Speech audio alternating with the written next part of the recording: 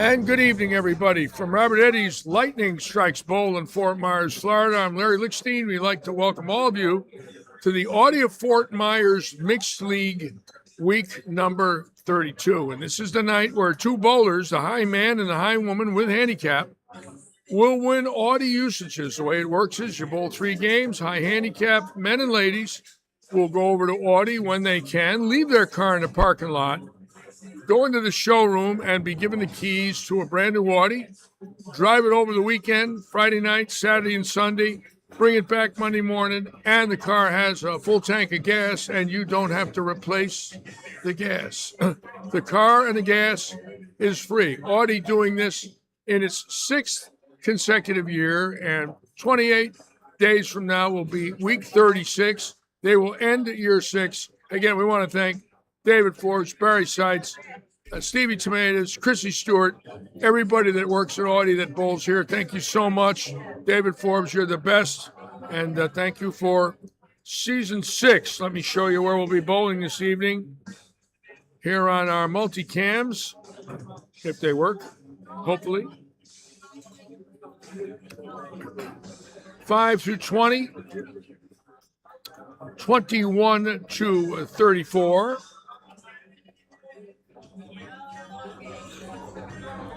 And 35 to 50 here at the living room on 4140 Fowler Street in the beautiful town of Fort Myers on the Gulf of Mexico.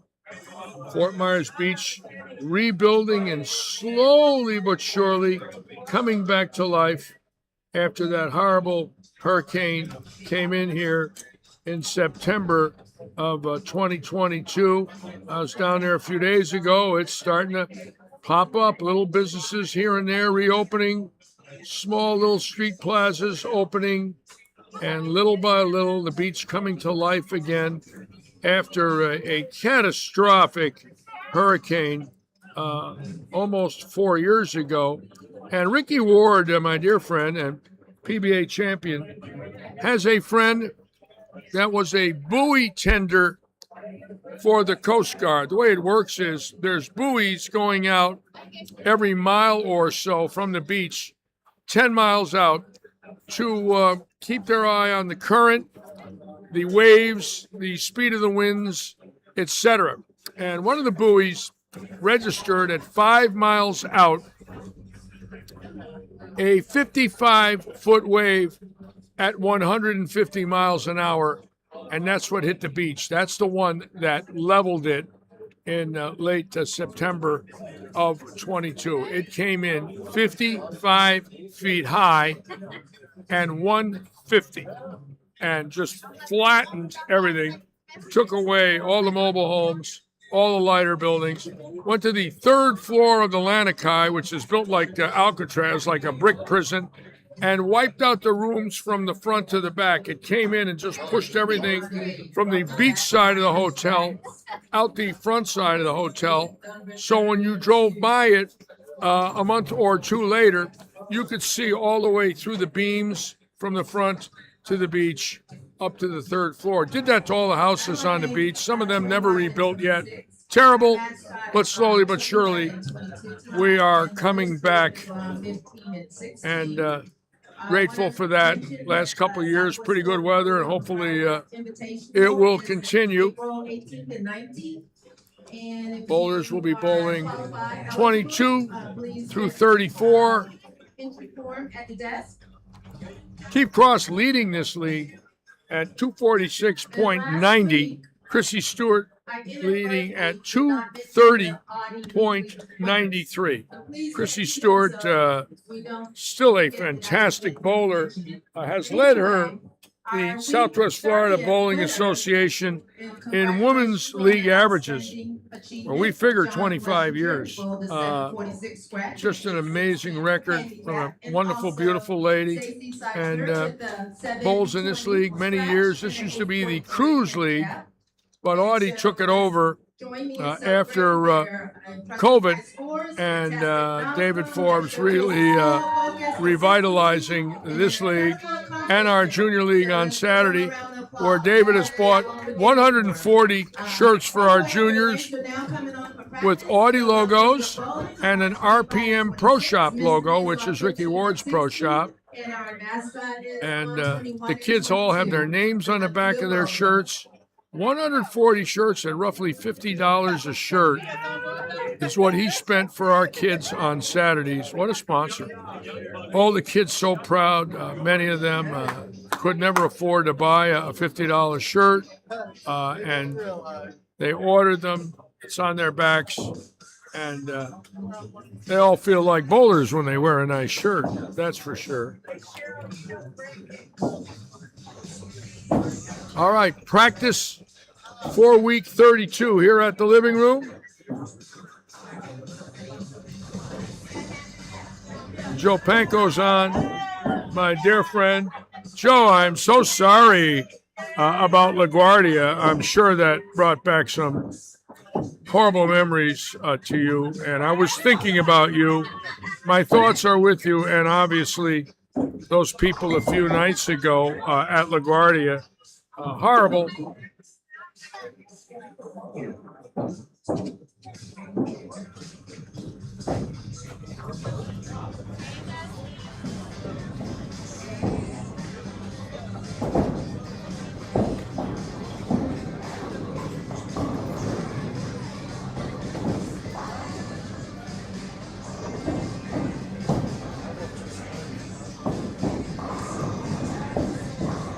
You know, when you think of tragedies like we just watched on the news, my dear friend Joe was in a horrific plane crash there at LaGuardia in '89, and we've talked about it. And I was thinking of Joe Sunday night when I saw that thing come in and do that. It's horrifying to watch. Obviously, there were some deaths and very serious injuries. And, you know, you're almost speechless when you see something like that. You don't know how to react. And, you know, you don't know if you'll ever know anybody that was in something like that. Well, we do. And that's Joe. And Joe lived, and many people that evening that he crashed did not live. And it just brings it all back when you see it, especially if you know somebody in the same airport. So I'm thinking about you, Joe. I'm very sorry you had to watch that again. But unfortunately, planes go down in this country and around the world.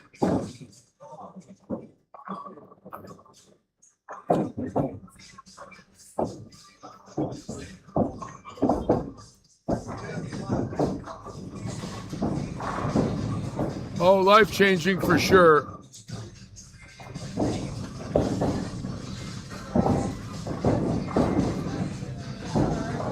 Supposedly, one of the attendants was strapped in a chair, and when the plane got hit, it threw her out of the plane.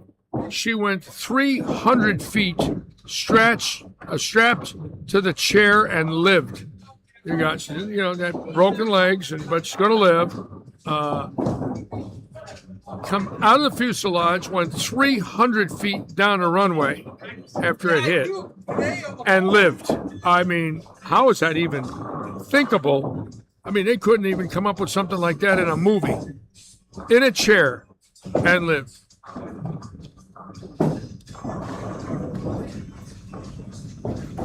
Or a seat, strapped in. Sometimes we think that leaving a ring in 10 or a pocket split is a bad break. We put it into reality. We're the luckiest people in the world that bowl. Come in here with your friends. Right now, about 180 people bowling tonight, and some very nice people that I've had a chance to meet and talk with over the last 6 years. They are family. Ron Johnson, who's bowling on 39 and 40, will be 88 tomorrow. Today's his last day bowling at the age of 87.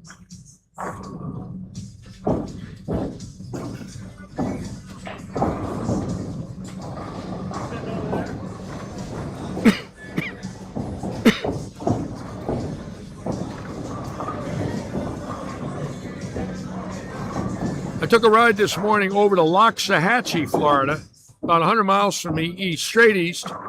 Went by Lake Okeechobee on the south side. Absolutely beautiful, going through Clewiston. And then east, not far, about 40 miles from Palm Beach. And picked an old Jaguar, just like mine. The guy let me pick it before I went to the junkyard. I came home with taillights, engine control modules, parts that I rated for literally next to nothing. And when you have an old car like I do, you like to stock up on the parts. I have a 30-year-old convertible. It's nice. It's not, mint, like, with 20,000 miles on it. It's not a $20,000 car, but it's beautiful. It's me. I got it running. It actually got wet during Hurricane Milton and didn't start. And we got it going. And little by little, I got everything working after I bought it. The convertible top wouldn't work. The air conditioning wasn't working. The power seats were frozen. And little by little, everything works. Top, the seats, air. Got a tape deck in it that works. Everything works. It's beautiful. I love it.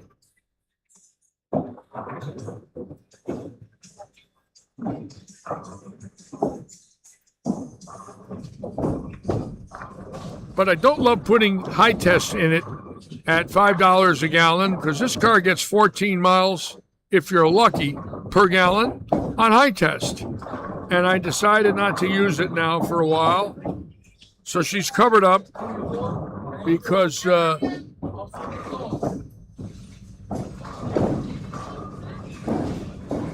it's only got a 15-gallon gas tank in it. So you run them down real quick, about 4 days of trips here, and all of a sudden that needle starts dropping like it's empty. Unbelievable. The cost of owning a nice car. A great weekend here at Lightning. A very interesting Sunday with the sports shot out for the scratch event. Very interesting watching that. John Huff, very impressive to watch him bowl the last couple of games. I like John Huff. He's a cool guy. He's a great bowler. And he showed it on Sunday. Just beautiful execution.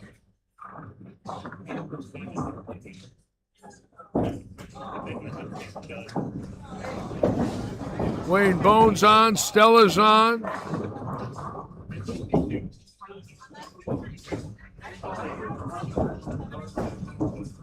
And I had a little surprise on Sunday when Jared Brunetti came in. He's 85 now, formerly out of Rochester.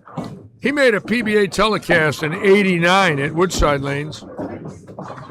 And moved down here right after that.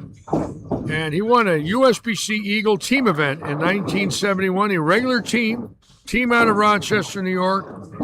They're all gone now but him. He's 85. And the pride to be on an Eagle winner at the Nationals. Are you kidding me? This year, 11,000 teams are going to bowl. And it's only going to be two winners, the regular division and the booster division. So, Jerry, a team event champion.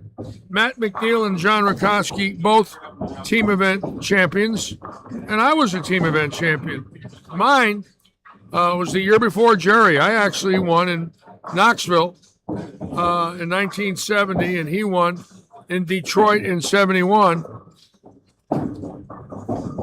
So nice to see him. You got a cane now and slowing down, and I don't see him a lot, but I know in his day he was a very good bowler.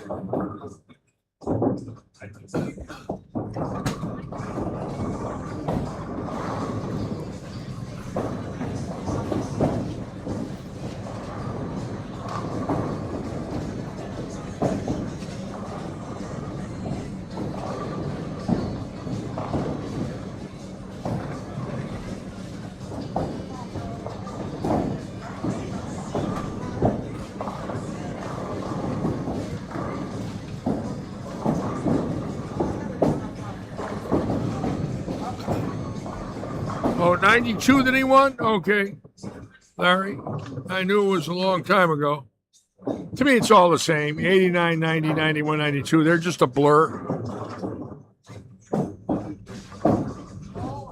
I just got texted a note from a lady that I know I have not seen in 50 years. I knew her as a teenager. I knew her in her early 20s. Her mother and father worked at the Meadow Lanes in Hartford, and she just got a hold of me. And I don't believe I saw her for 50 years. And it was so nice that she remembered me, and I knew her mother and father. Her mother was a wonderful lady that worked the snack bar at the Meadow Lanes, 66, 67, 68. I'm talking a long time ago, 55 years ago. And her mother and father were very nice people. And I used to sit there, and she'd get me a cheeseburger and order fries, and I'd sit at that snack bar and eat many nights in my life, 66, 67, 68. And there was their daughter. They've been gone a while now. And there was their daughter who found me tonight. Unbelievable. Sent me this beautiful message.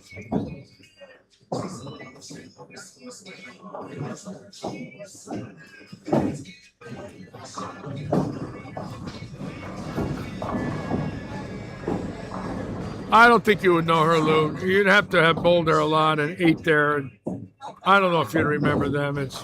They're way back. I'm talking 68, 69, right in there, 70, right in there. Not many of them left, that's for sure.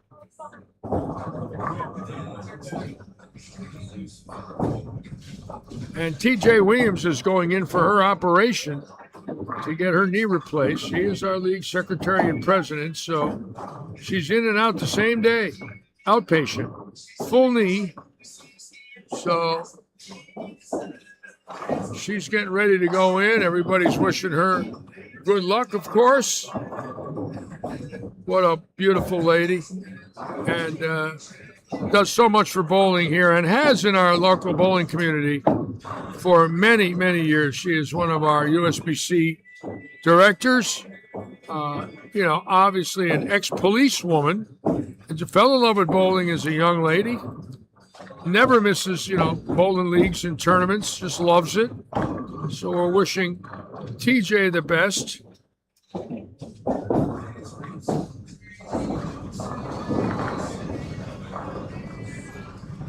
They were thinking about bringing me in for a head transplant. I got on the list for one. I kind of felt if I got a head transplant with a new brain and a new hairdo, maybe I could come up with a new business. But they turned me down because they said it wouldn't help. So I'm stuck.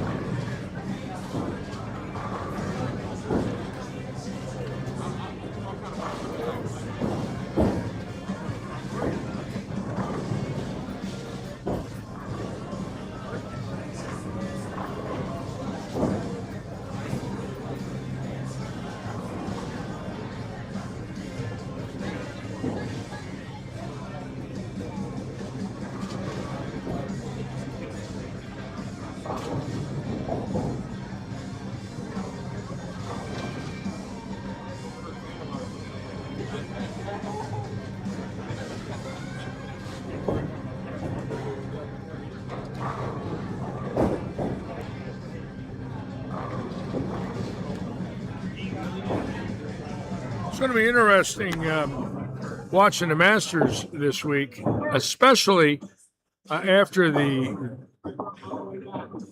stepladder finals this past weekend. I felt terrible for the players, the PBA, the announcers, the fans. It's not a finger pointing. People think this game is real easy, and at times, not only for the bowlers, but for the people putting on the tournament, the lane men, the officials, it can become brutal. I was at TV shows long before this past weekend, and I was at the Molson Golden Challenge in '83 in Windsor, Canada, when Dennis Jakes beat Sam Zurich and neither bowler broke 160. And I was at the Tournament of Champions title matches in '85 and '87, where the conditions were absolutely brutal, and we were dumbfounded by it. We sat there in disbelief watching it. Unfortunately, the best intentions with reps, bowlers, lane maintenance, the PBA, the staff, at times can punish you, even though your intentions to put on a great show and a competitive event can turn on you like a lion in a cage, where the thing's purring and it'll rip your head off. And that's what happened Saturday. If anyone had told me after Marshall Kent shot 250 and beat Tackett with 240, that the very next game he wouldn't need a mark in a tenth and he would bowl 152 and win, I'm betting every single bit of money I can muster up and taking out a loan with my credit cards. I'm putting it all down that is an impossible scenario after the way they bowled for 3 games. I don't care what Boo Kroll did with urethane. I don't care what happened between Game 3 and Game 4. When you see the bowlers almost bowl 500 for one game in the semifinal match, and then come out the very next game and shoot 200 pins less. A skill level uncomparable in this country. 2 great young men, 2 conditioned touring professionals that have no fear. They got their reps behind them. They've got everything going for them. 152 to 134. I'm sorry. And we've saw it before. You know, we saw Jarris shoot 129 on TV, and we watched Tom Doherty lose 229 to 100. What are the odds of that? Or 299 to 100. What are the odds of getting beat in one game by 199 pins when you're a pro bowler? I mean, think about it. $1 million to 1, $2 million to 1, $5 million to 1. Who the hell knows? You could never, ever predict it. I've been reading all these imbeciles that say these negative things about the PBA and the bowlers that are out there. It is so wrong. It is morally wrong to do that to them. These kids have a tough existence out there. They're going from motel to motel, restaurant to restaurant, driving in the winter weeks, driving in cold weather, driving late at night, where most people, you know, they're in their own homes. These guys are on a highway with an 800-mile ride in the wind and in the snow, and, you know, they're putting their life on the line. They're living in motels. They're eating restaurant food. And they get ridiculed because of one bad match where 2 guys get lost and don't know what to do. Well, these same people that are complaining, there ain't one of them got the guts to put their shoes on and go bowl them. They're keyboard warriors. It's horrible to read it, week after week when they start pounding on them. I wish it was a simpler world and a little more praise would be due.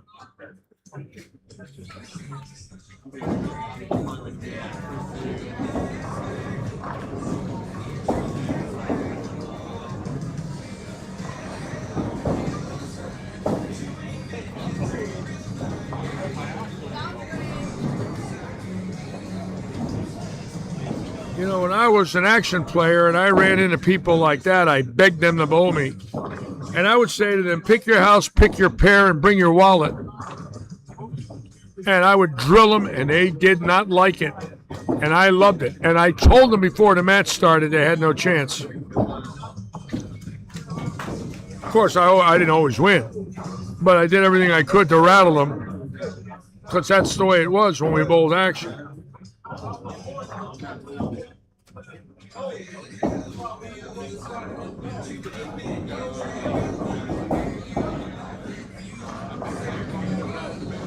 Again, our great sponsors up there, Paradise Vintage, Tailored Tailwagger sponsoring this league, Brightview Financial sponsoring this league, along with Audi.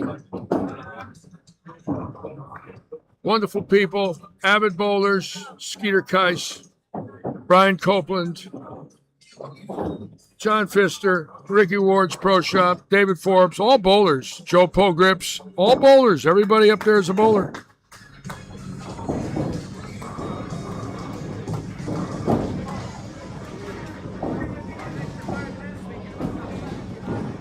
How does it happen? Well, that's a very good question. If I knew and the PBA knew and the lane men knew and the industry knew, it wouldn't happen. We always know it can happen after the results. We always have the answer after the game.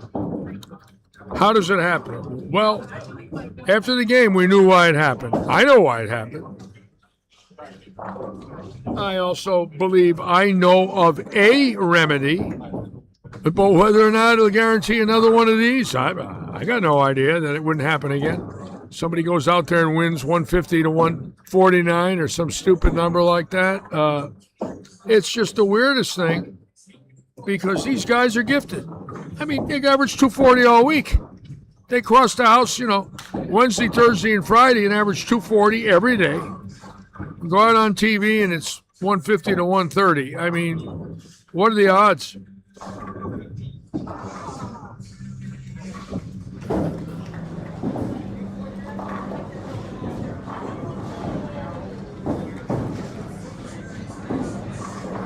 Hopefully it'll be the last we see of that for a while. We don't need any more of those shows.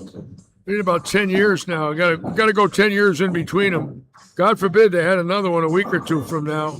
Oh, my God. I don't even want to think it. If they're going to oil the lanes, they better err on the high side. That's all I know. I'd rather see 300 at 299.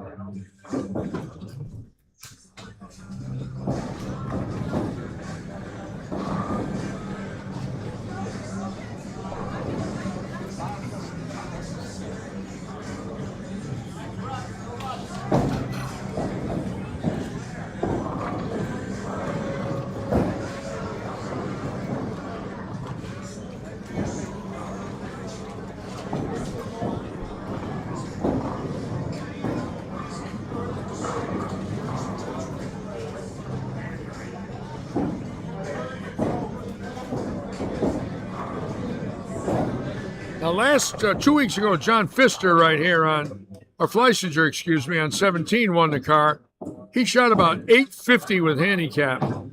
Had a big night, shot 750 scratch, and he got the car 2 weeks ago tonight. So, again, the way it works is you can only win it once. So this way the big guns don't dominate it every week. So tonight there will be a new man and new woman winner.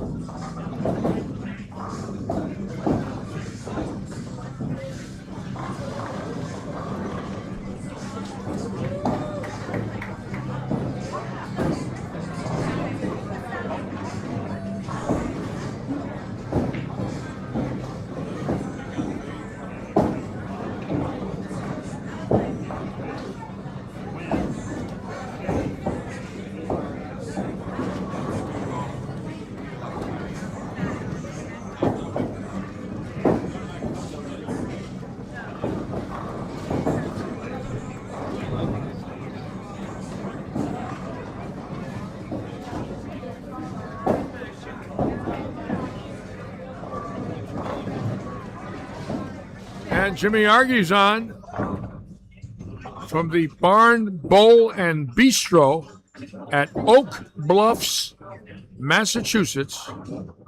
And Oak Bluffs is on Martha's Vineyard.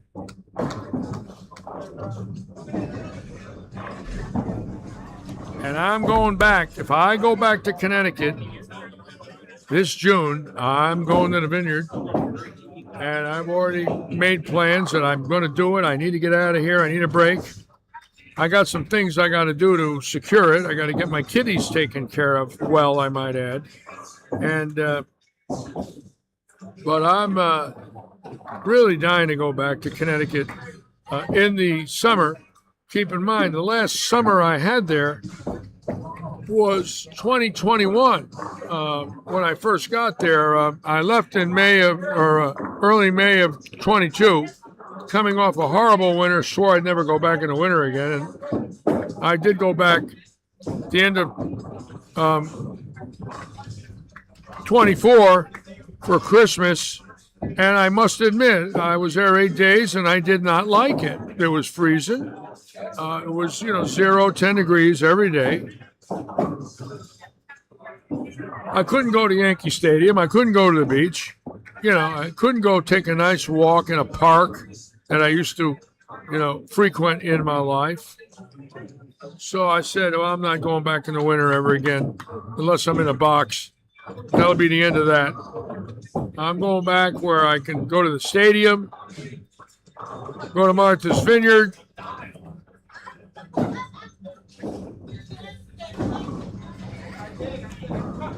go to Scarborough Beach, Rhode Island. What a beautiful, beautiful beach.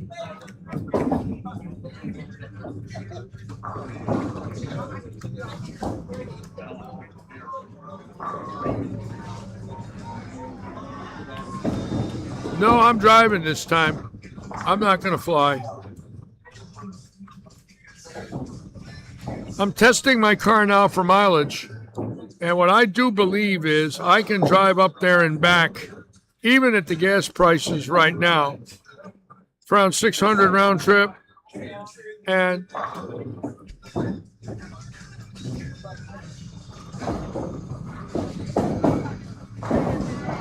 I can get about $4.50 a tank around town. So no doubt in my mind that's something affordable. And I want to stop along the way. And I'm seriously thinking, I've been saying this for several years, I wanted to go to North Carolina and see Joe and George Pappas. And if I don't do it soon, I'm never going to see him. And just a day, drive from here to there, sleep at George's house, see George, see Joe, and from there, maybe go up to Morgantown for a night, and then on the way in, and then go to Northern Connecticut. I've been saying it every year for the last 4 years. I never do it. I always come up with an excuse.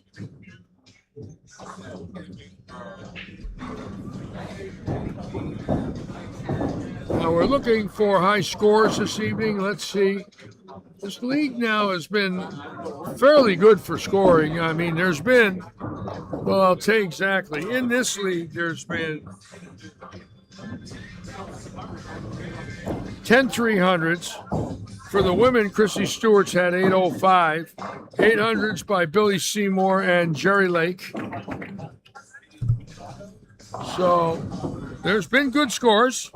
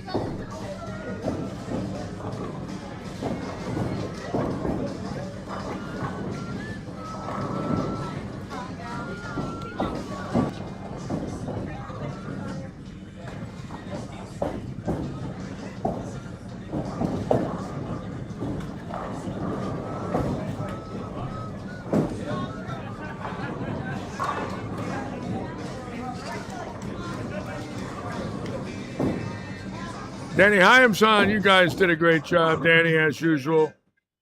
I never hear one complaint when you guys run a tournament. Never. Looking forward to working with you this June when we start again with your events here. I'm glad you had a very successful tournament over there. Matt McNeil bowled fantastic, shooting 23-55 all events. That is a record, I'm sure, for that event. One that might not ever be broken unless it's him doing it. McNeil shooting 836 in the singles with 300 to go 555 over for 9 games. So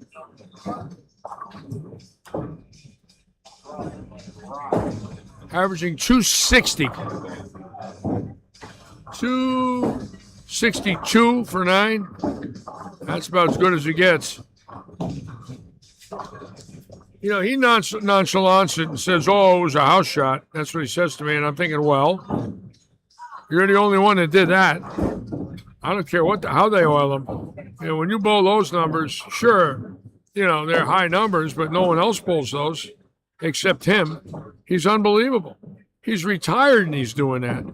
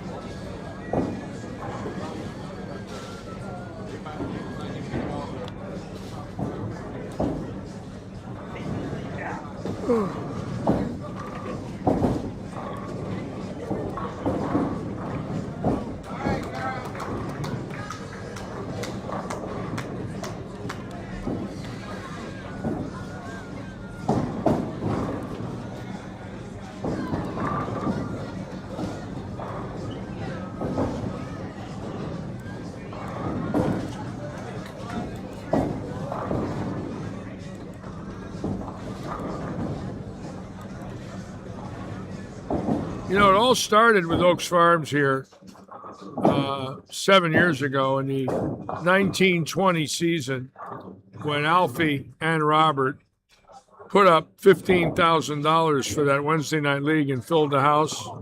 And then a year later, Audi came in and filled the house. And it's amazing how Robert had this premonition that if we get one sponsor, we'll get more.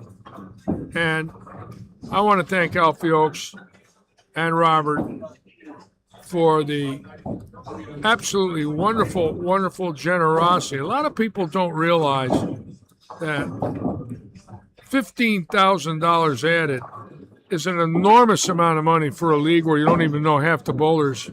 What a gesture to bring this bowling center back and give it some notoriety. A great move. Very generous move. Oaks Farms in its 7th year here of sponsorship.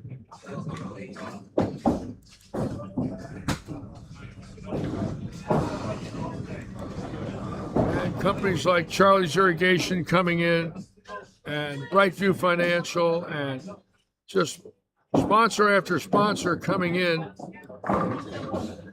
knowing those big guns are here. And boy, what a wonderful, wonderful time it's been to be able to put their logos up, play around a little bit while the bowlers are bowling, and it's just we're very fortunate. A lot of bowling centers do not have this, nor do they want it. A lot of centers have given up on leagues and sponsorship. Our owner, just the opposite. You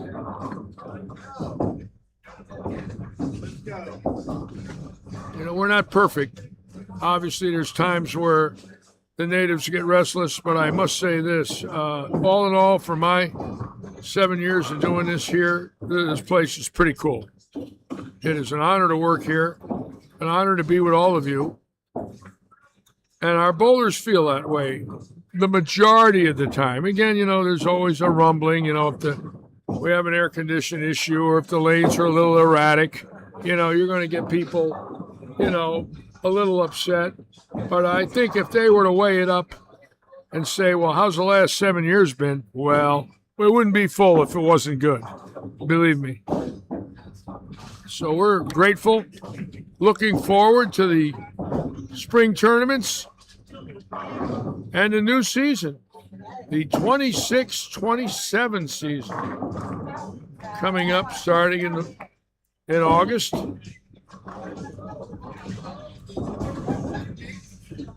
And Big Rob's on.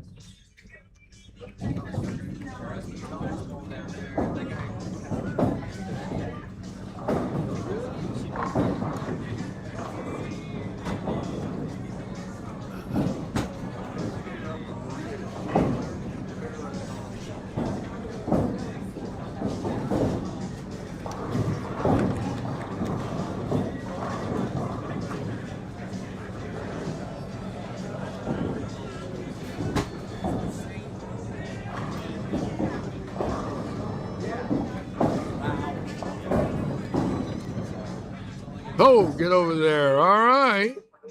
6 in a row for that gentleman. Very nice.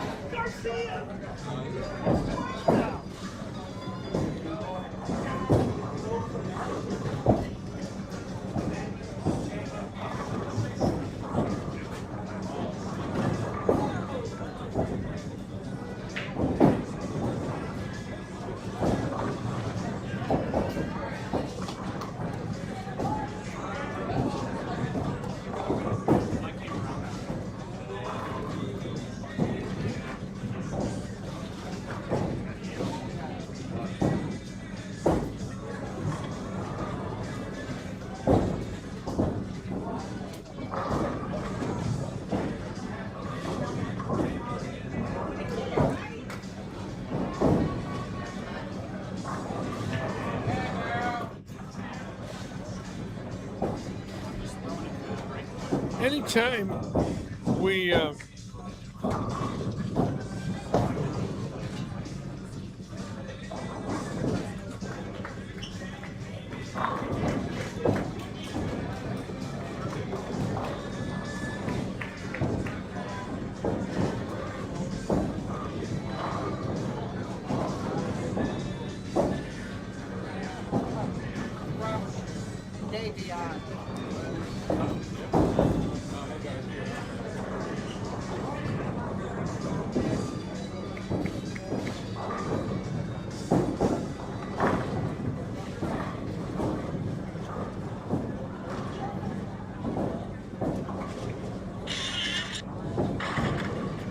as I was going to say, anytime we have a show like this past weekend on television, these people, I find it, I'm not insulted anymore because I've been reading it for 25 years. But what I find hard to believe is when we have a low-scoring show, very few people say these words. Well, I'm sorry that happened to those guys. They deserve better than that. They don't deserve to go out there and be humiliated. Like people say, Boo Crow doesn't know how to bowl. He screwed the lanes up. And, Kent could have marked the 10th frame and not shot 152. They're looking for all these things. And I'm thinking, why are you bad rapping them? Do you think they feel good about it? Do you honestly think a pro wants to go out and shoot 130 on television? I mean, why don't you send them a text and say, I'm so sorry that happened to you. Good luck next time. I mean, do something nice. How tough can it be? God, they're all miserable. It's like everybody's mad. I don't know why they'd be mad.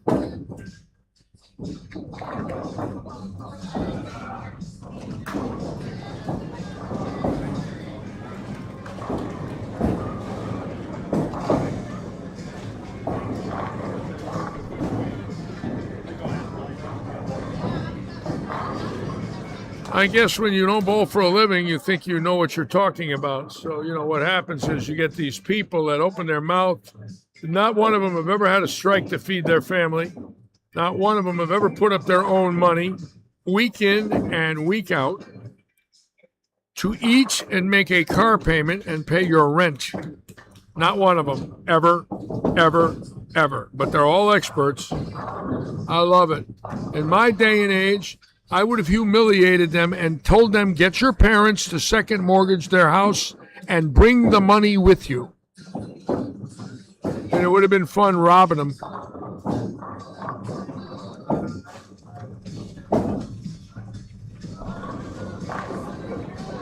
Wouldn't that be fun to say that to somebody and actually beat them for $100,000? Well, this July is my 60th anniversary of beating Kenny Barber 7 straight games at the age of 17 at Central Lanes in Hartsdale, New York. 7 straight for $23,000. Witnessed. There are witnesses still alive that were there that night. 23,000. 7 straight wins. I broke the house.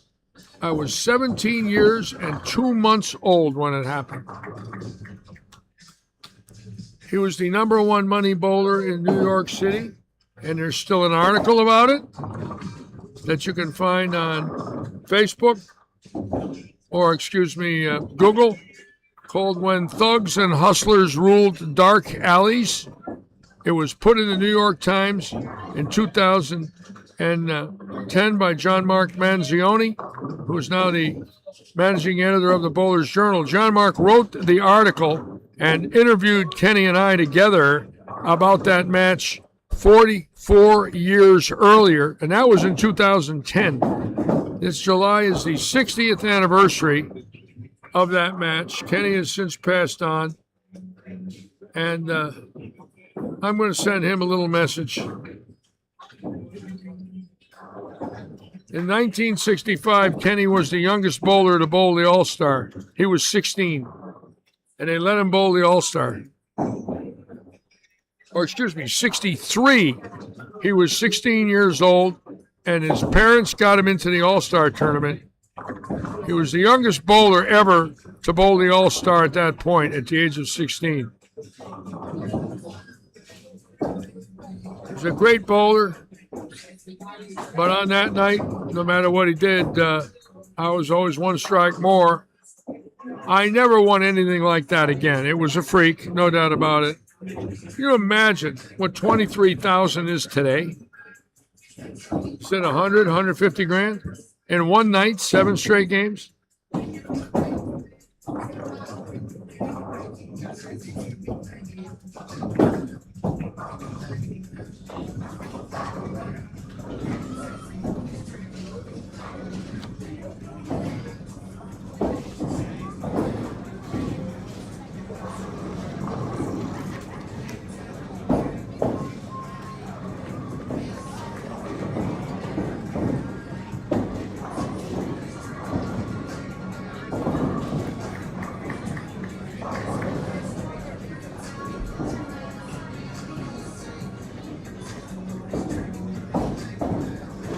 I'll never forget showing my mother the money I won that night. I won about $3,500 of that money. I didn't bet at all. That would have been, I'd have a heart attack betting at all. And she started crying and asked me where I robbed it. And I told her on 53 and 4 in New York. And she looked at me with this horrified look. I says, Ma, I emptied the bowling center. They all bet on this other guy, and I beat him. She started crying because she thought I was lying to her. She wanted me to return it. I said, no, I'm not returning it.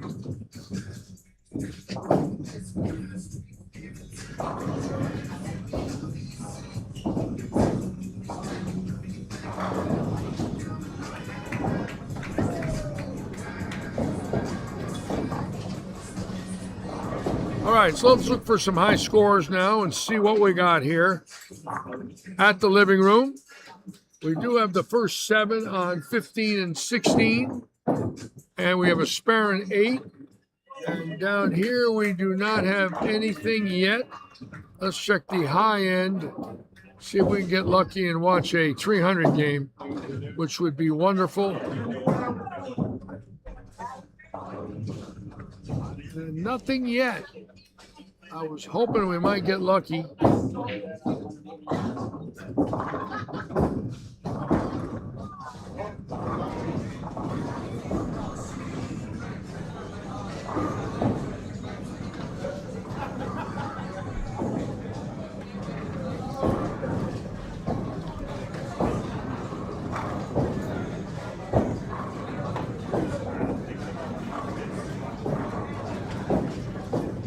Now this weekend, we are running another event here at Lightning.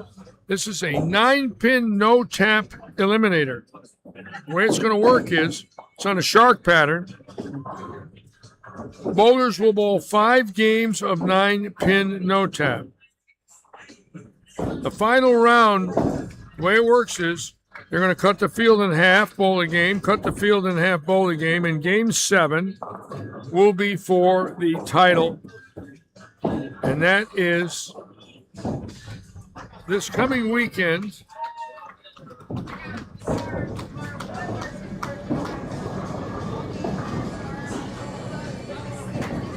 And that will be on Saturday and Sunday.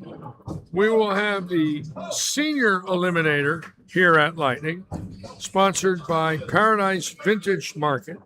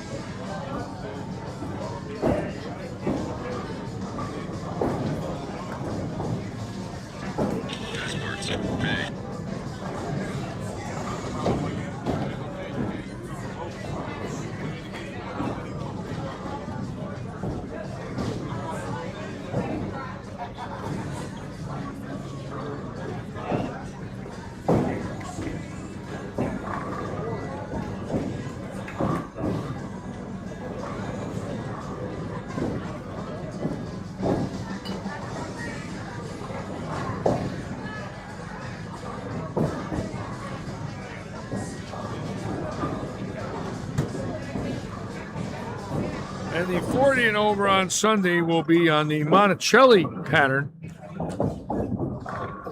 And this will be the first time we are bringing bowlers in 40 and over. So for all of you, try it out. Obviously, a lot of the 50-year-old guys are questioning that. But I would say this, in an eliminator in a one game, I don't know yet until you bowl. Obviously, if we have a lot of entries, we're going to keep it.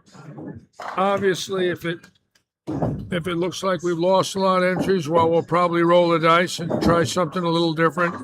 But what I like is Robert is experimenting and looking for some new and different events, different formats, different conditions, and I like it. Sometimes you got to roll the dice and try it. I think everybody should just give it a chance. We'll find out more on Sunday.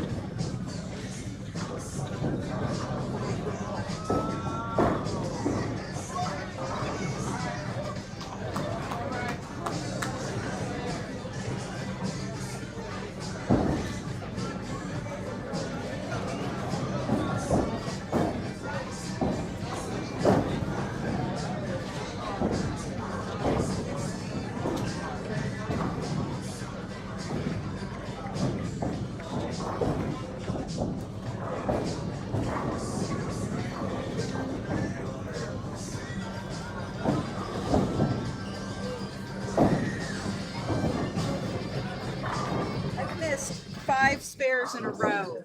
5. No, that's not good.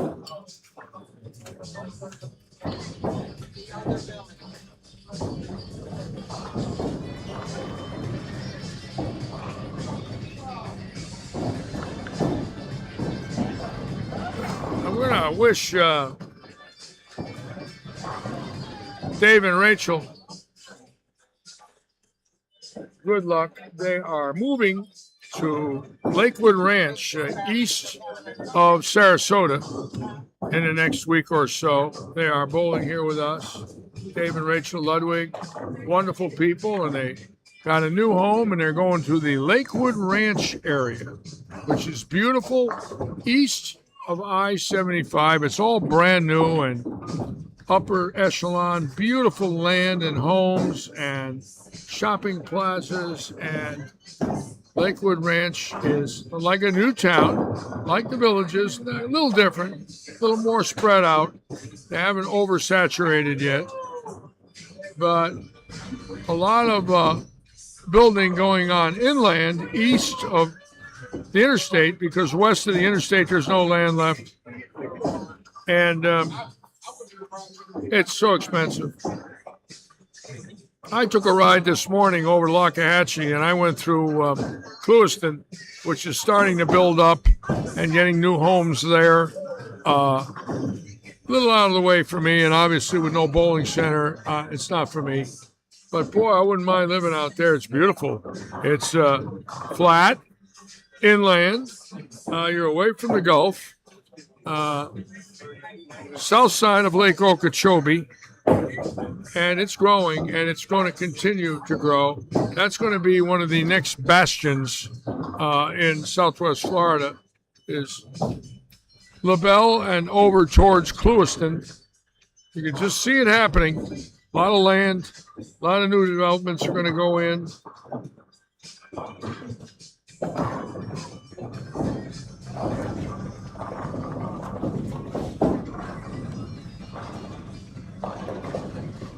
So all of us here wish Dave and Rachel best of luck for their new place to live and starting their lives there now. Rachel, a school teacher, Dave, a physical therapist, and I gave them lessons quite a bit over the last few years. Avid bowlers.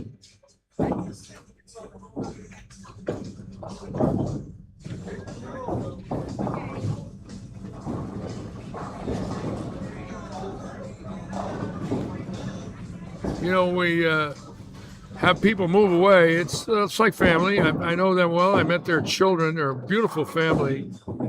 And I'm going to miss them, but I certainly understand.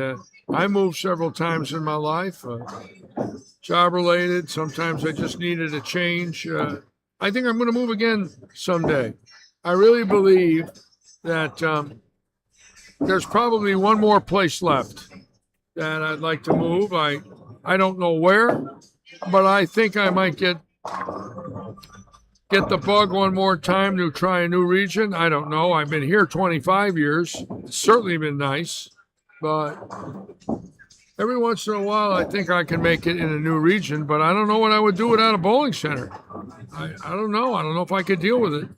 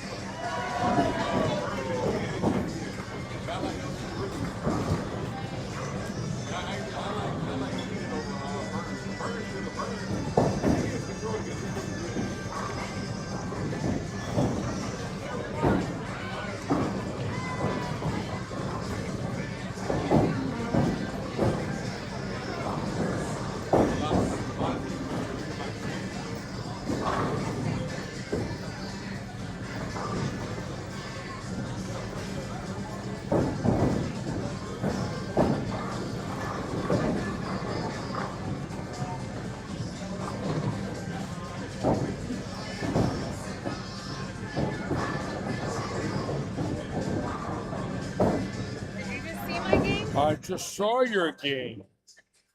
Excellent. Excellent.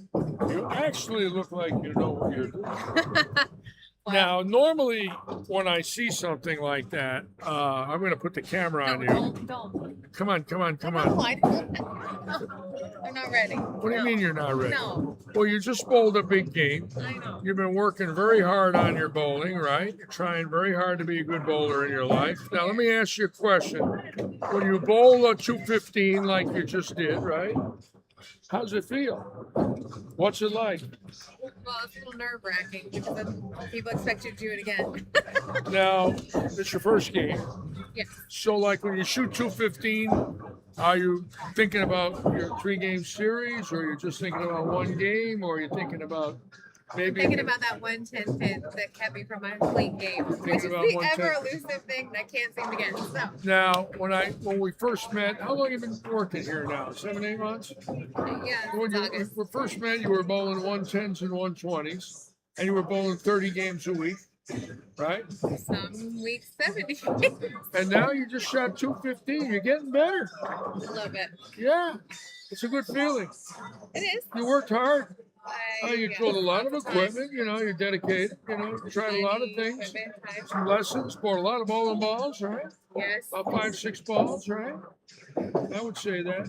Yeah. Are you throwing Plus 15? 15, yeah. Started off with what, 13s? Started off at a 10 pound. Started off with a 10 and worked your way to 15. Yeah. Went from Wow. 10 to 13, 13 to 14. Remember 14 when we to 15. started going up in weight and I said you can do it, and wait till you do it. You got good control now. It's interesting to watch because I saw you in the beginning. Some days not so great. Well, yeah, but you're all right. You're learning how to bowl. Keep it up. Thank you. Appreciate that. All right, Jess. Nice going. Jess Davidson, who bowls here, one of our servers, and beautiful lady, huh? How about that smile? And loves to bowl. It's amazing. She got the bug about 8 months ago. One day I came in here. I said, "How many games you bowled today?" She said, 15. I said, "Show me your hand," and it looked kind of beat up, right? I said, "What's wrong with you?" She said, "Well, I have to keep bowling." I said, "Well, yeah, but you didn't answer my question. What's wrong with you? Why are you doing this?" "Well, I love to bowl." I said, "Well, you just bowled 15 games. You think you're going to be able to walk tomorrow?" And she started laughing. Next thing I know, a week later, 15 games. And I told her she got the bowling bug. So good for her. Isn't that nice? Lady taking it up a little later in life and bowling. Very, very good. And that's what it's like here at Lightning Strikes. We have a lot of people that do that. And I get a kick out of it because I once had the bowling bug as a young boy.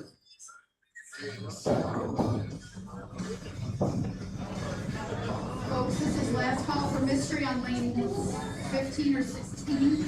Last call for mystery, and we're at $220. Yes, Andrea, I know that. I spoke to Ron earlier, and today's Ron's last day to bowl at the age of 87. And he is just the nicest man. Oh, is he a fine, fine gentleman. And we love Ron, and he still throws it pretty good. He's going to be 88 tomorrow or Thursday, but it's close. Yes, got you. You were bowling when I moved down. 88. Wow. I'd like to dial in 88.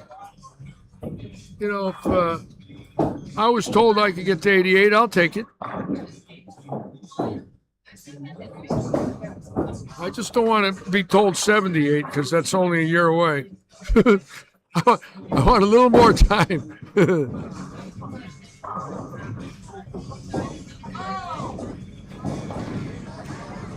I've had people say to me in the last week, "Boy, do you look good, Larry." Blah, blah, blah, blah, blah. I take a look in the mirror in the morning when I get up, and the last thing I say to myself is, "I look good." Believe me. I see the bags. I see the wrinkles, right? And I say to myself, you know, man, are you old looking?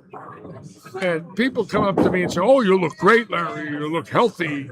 You look this, you look that. I'm thinking, hey, how can they say that?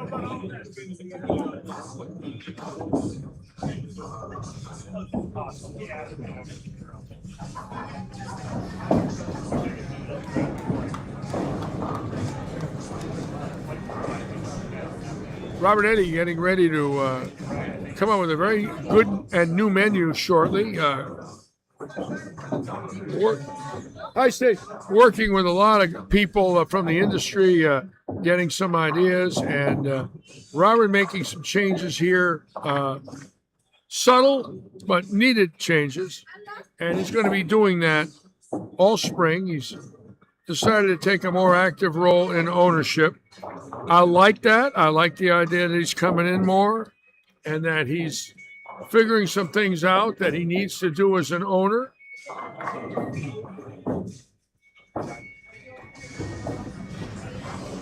He has been exceptionally good to me. I must say, since I got back here in 2023, he has done everything he said he would do for me, every single thing. And I'm very fortunate to be in this wonderful facility. And I enjoy it. I don't miss too many days. If I'm not here, you know I'm not feeling good. Believe me. I like to work here.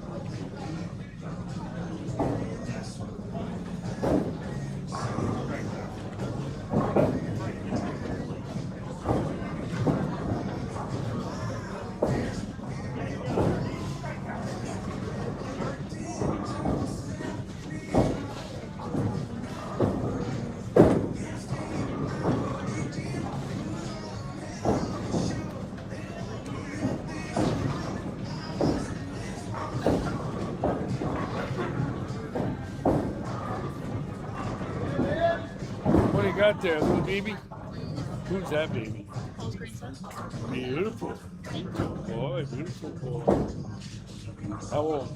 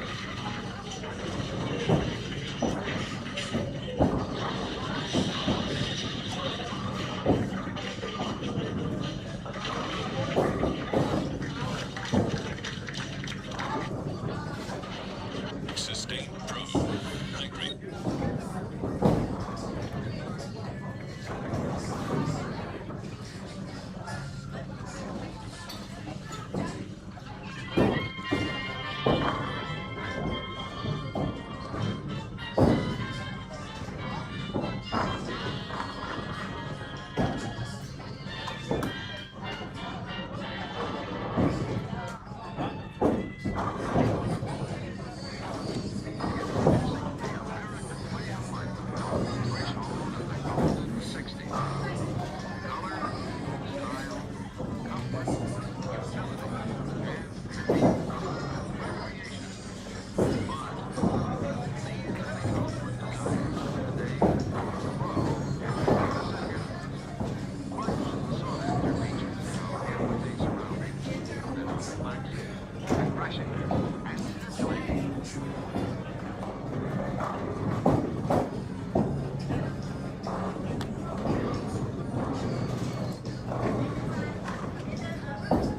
are the very same features that Brunswick is building into the new dynamic recreation center, where bowling and wholesome fun are the prime attraction. Here, for an era of increased leisure, is a new concept in color and custom coordinated equipment created by Brunswick designers and engineers. But whatever the creative concept, quality has always been a prime consideration.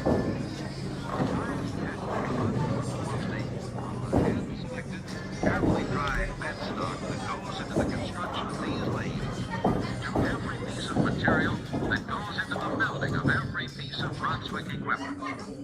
Every item is probably created by engineers and design specialists. But never-ending search for quality has not only been the key to increased profit for our proprietors, but has also increased the pleasure of dealing with men and women of all ages in all walks of life.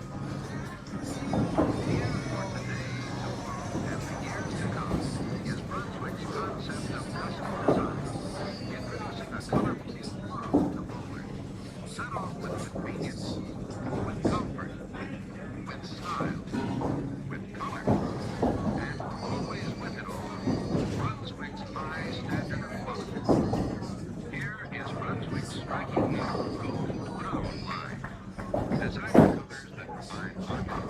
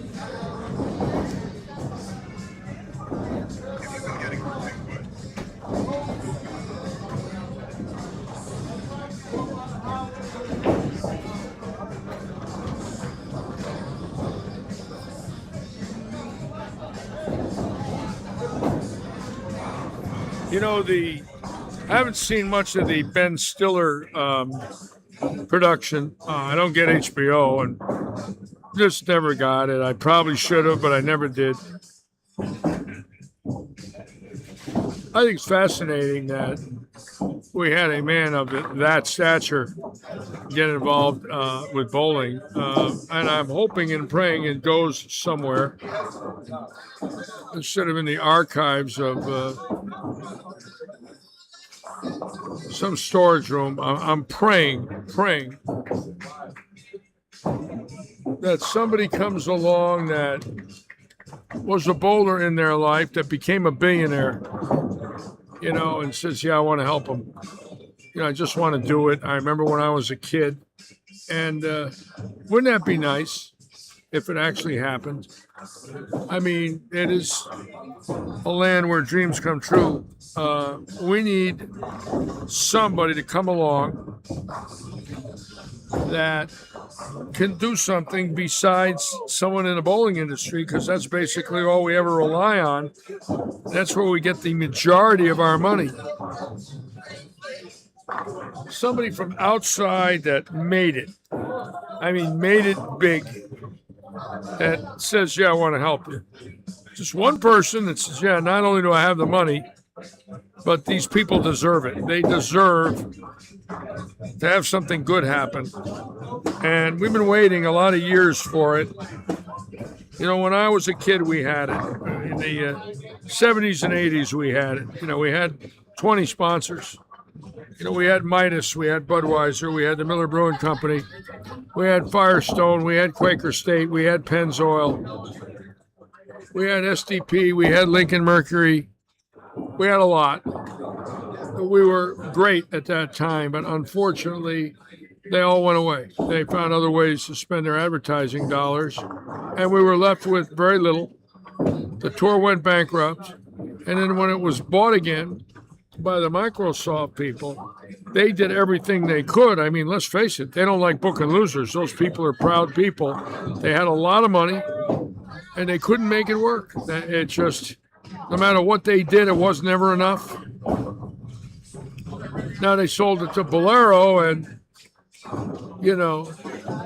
we lose the Fox network, and all of a sudden now we're on CW, and we don't have any big dollars except for what Bolero's putting up, which is an amazing amount of money. A lot of people seem to forget what they're giving pro bowling. It's a lot of money. But we need somebody to come along that says, I'll match it. And boy, would that be nice, huh? The prize funds doubled. Boy, would that be a shot in the arm.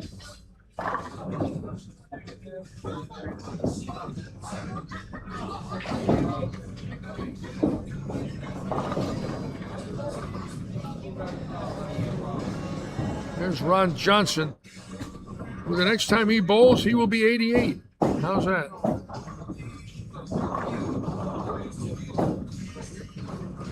Atta boy, get a strike for me, Ron. Atta boy.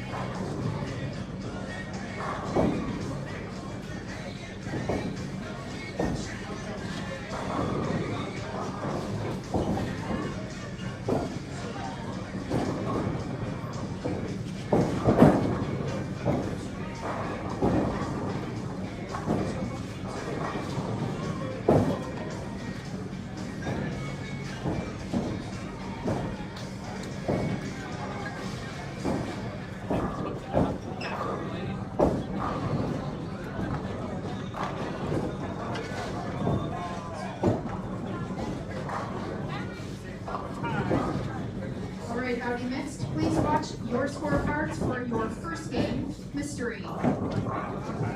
And the first number is a 263. 263.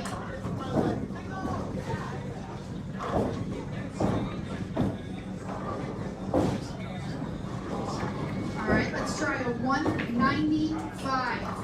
195. Let's watch Ron Johnson throw another ball here at 87 years of age. And again, remarkable how good he throws it. Watch the footwork. Watch the arm swing. I mean, he's moving. He's just not babying the ball. He's energizing it. Attaboy. Great shot again. Come on. Oh, 270. don't want a 10-pin like that. Very good shot. 186. Anyone with a 186? I was going to say that's a good number. 186. No! It's not him. It's not him.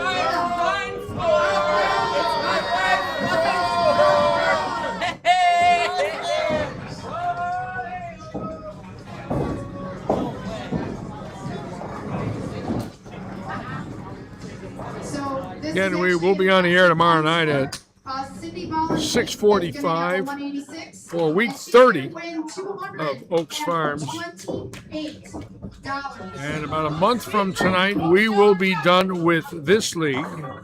I will have information on the Tuesdays after we're done. I might have a week or two off, which is kind of neat. I don't know yet. But I'm sure we'll be doing something. I don't know exactly what it'll be. Knowing Robert, we might run a sweeper or two on Tuesdays. We'll find out. See if we can get some people in here. Might be kind of quiet for a week or two. So we'll give you all some information on that.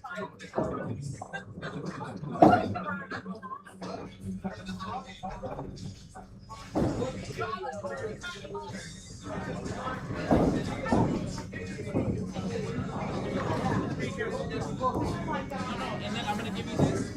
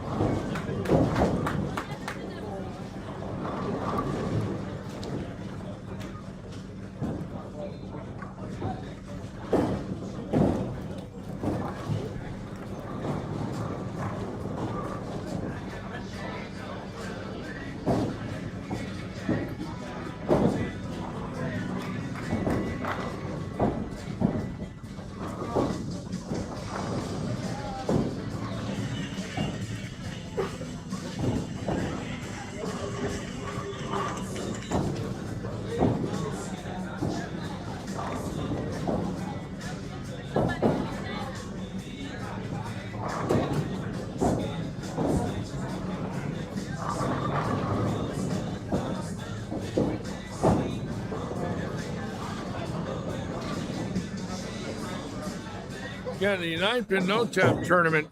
We will be bowling on the Shark 48 foot.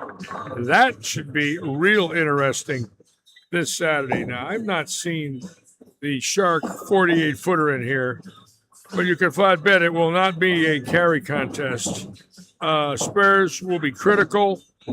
I don't know, quite frankly, if somebody could average 240 on that in 9-pin no tap. I have a feeling it could be very, very different. We'll see. Again, like I said, Robert trying to do some things we haven't done because we don't know. And I agree 100%. Sometimes got to roll the dice. Same old tournaments, week in, week out, year in, year out. They get old. People get they get lost. It's no longer fun. I think he's doing the right thing. I just hope our bowlers appreciate it. We're going to know more this weekend. Keep in mind the senior eliminator is now 40 and up.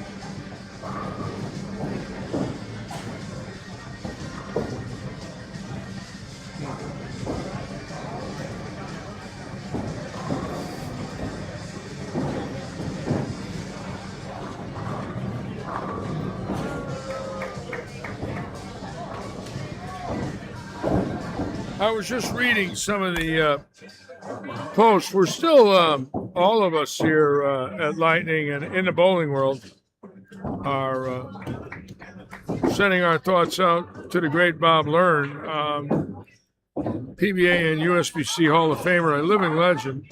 Was coaching in Dubai for a number of months now, and I have not heard if he got out of there yet. Obviously, we want him back here. Obviously, we want him back here safe. He is one of the nicest people I've ever met in my life. And evidently, he doesn't live too far from the airport, and that's been closed. So he's having a struggle to get out of there. So we're all crossing our fingers and hoping that he could find safe passage. I don't know how or what they do in this case when we have Americans that want to come home that can't. But boy, we'd like to see him back here. It's too bad. He had a great deal there. You know, he was coaching, and he's a fantastic coach. I mean, he's a Hall of Famer. I mean, he knows his stuff. But it ain't worth it if, you know, you have to live a life like that where you can't even walk outside of your house wondering if you're going to be attacked. That's terrible.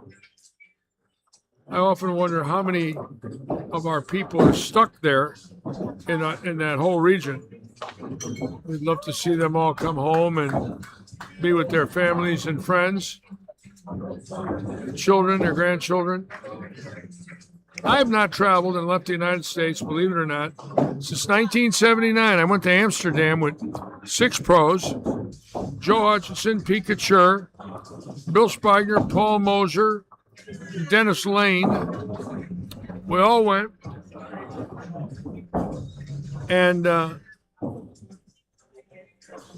I didn't have the best experience I thought I would. Some things went wrong with the promoter and him paying us. And we got to the airport to fly home. He didn't have any money. And we went nuts. You know, supposed to be $800 a man. We got nothing. And then when I got home, a month later, I got hit with a $5,500 air bill from my travel agency. And I told them, don't give me the tickets unless they're paid for. And his travel agency reneged it to mine. So mine billed me, but there was laws on inter-country tickets, and the agency that he booked with in Amsterdam to pay my agency had to come up with the money, and they were not happy. He pulled a fast one on his own ticket agency. I'll never forget it. And I got a $5,500 bill, and I said, I'm not paying it.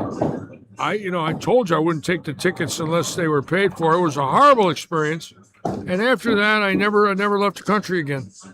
It was about a week before I turned 30, and I said goodbye and good luck. I'm done.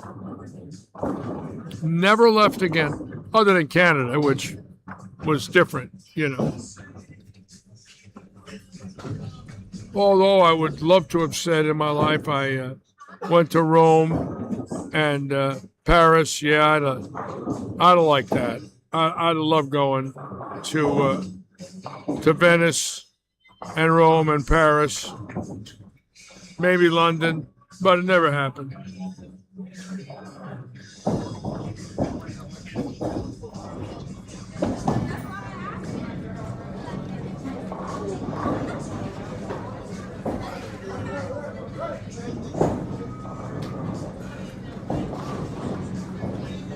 You know, when we think of all of our servicemen that are putting their lives on the line for us every day,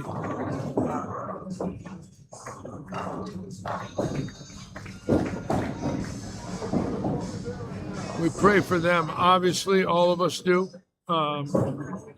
It's emotional too, because the last thing you want to see is them come home, you know, with a flag draped coffin.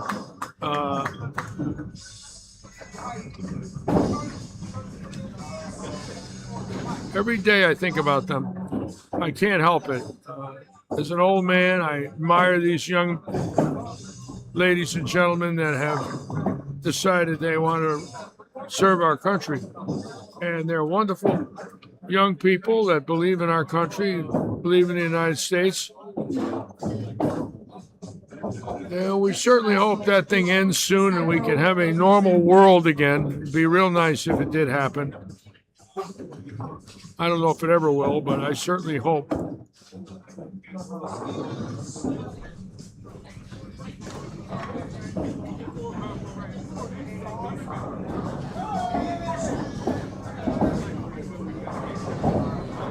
My friend Lou Rinaldi, who served our country. My friend Gina was in the armed services. I'm sure many of you that watch were. My mom and dad were in World War II.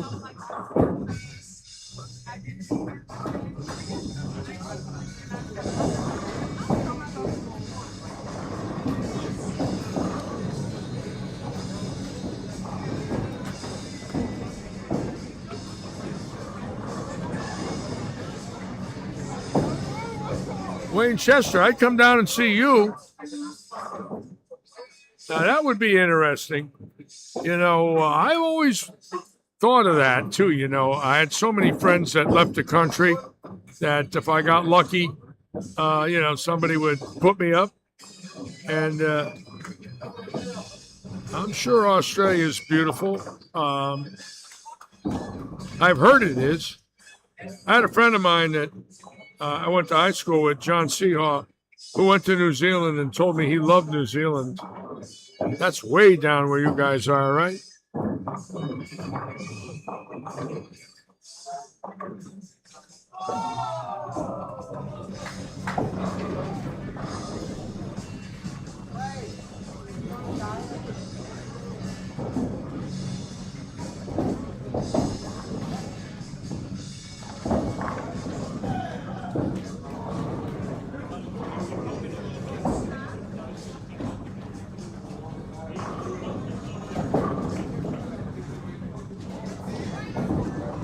You might think I'm crazy, but I wanted to go to Mount Ararat to see if I could see Noah's Ark.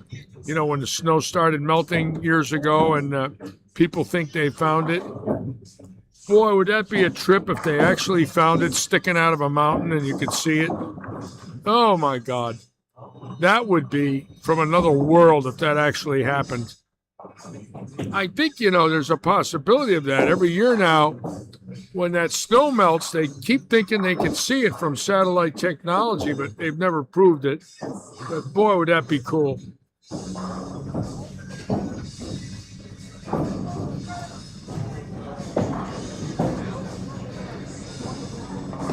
All right, we're going to be starting game 3.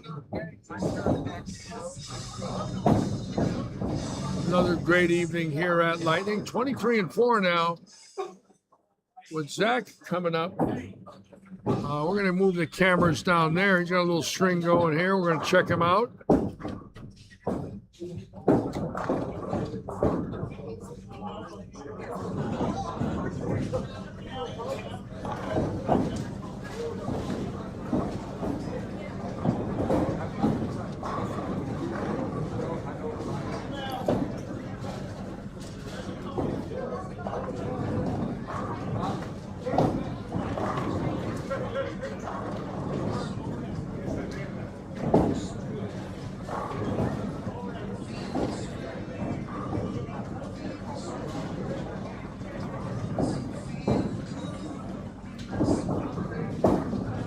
Saxon Barrow has done this before earlier this year, has run some strikes several times. So I have a feeling this young man is improving. And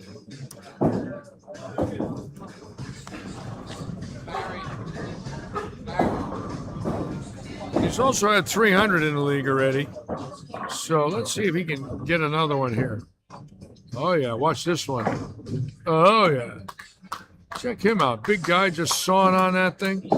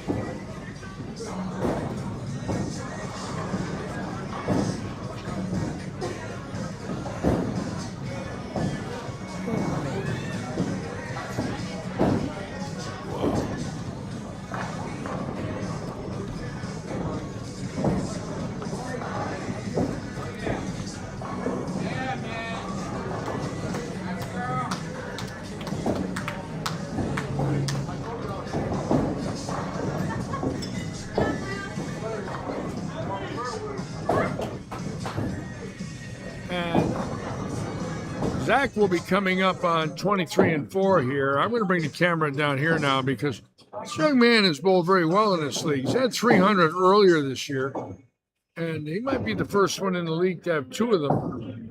And considering the big shooters in this league, that's quite an accomplishment. With Cross in the league, Valentin, Chrissy Stewart, etc., Eddie Duda, and this young man has a chance for a double. He's strong and he's big. Anytime you get a guy that can lay on it in here that's two-handed and set it left and go right. Yo, what's up? How you doing? Good. What's happening? It looks like there's fresh oil on 49 and 50. I'm going down there. There might be, yes, because nobody bowled on them. What they do is they oil them, and they might use it as a breakdown pair. Right, it is. That's good. That means there'll be plenty too, which is excellent. You got to have the fresh late at night, which is good. And then I got that new ball, 2 new balls I'm going to try. That T zone is a great No, ball. not T-zone. What is it? What is- Danger zone. Yes, yeah, the zone. Yeah, oh yeah, that thing's fantastic. That other kid has one in That's that pearlized ball. Yeah, the one kid has it in there. He sometimes helps you carry. He helped you carry stuff, Yes. and he owes you a favor. You talk to him or something, you know. He says, "Well, you owe me." You know, he carried stuff. You know, you took out all the old kitchen cabinets, bases that you didn't want that day, cleaning up in there. Oh, okay. Oh, Scott Cobb. Scott, Yeah, he bought it. he buys. He's good for 30 balls a year. He's a 30 ball a year customer. It's like me. Yeah. Yeah, he's not afraid either. He buys them quickly and sells them quickly. They don't last long with it. About 20 games in, they're gone. It's amazing. I'm gonna go put my stuff down there so I'm ready when they're done. All right.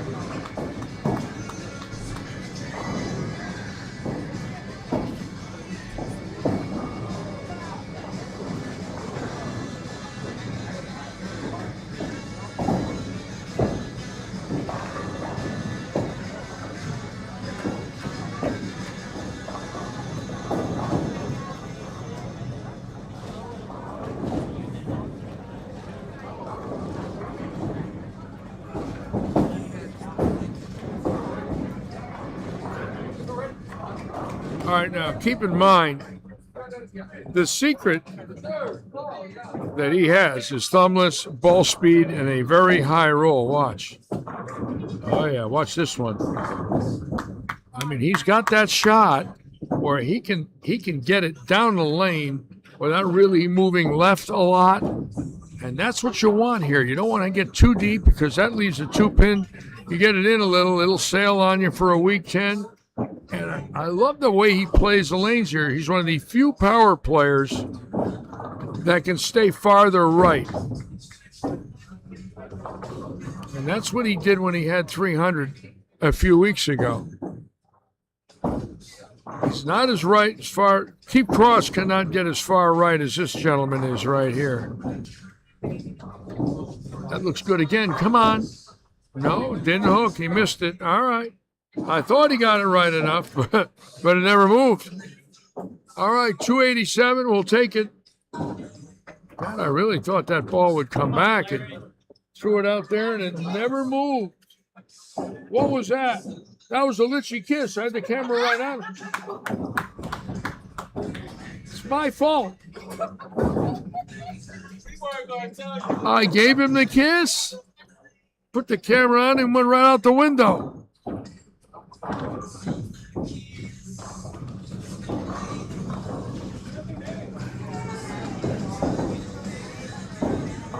There.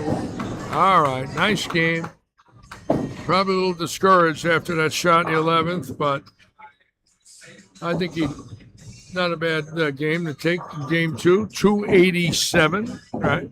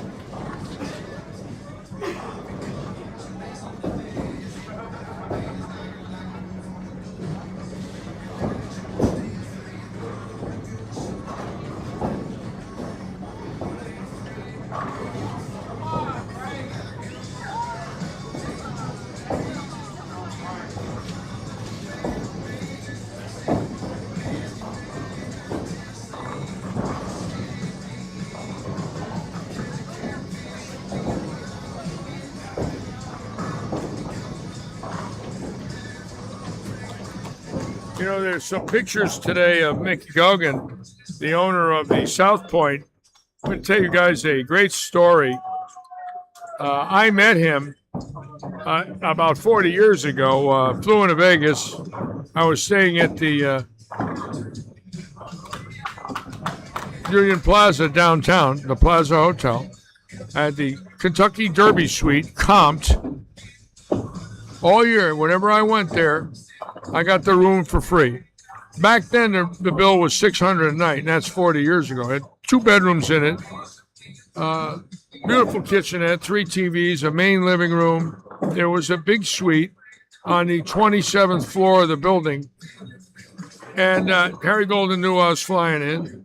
And he said, Litchie, when you get in, I'm going to be over at the Fremont playing pan with Mickey Gogan, Don Johnson, and a few other guys. And I went over, and Mickey owned the Fremont, Mike Gogan.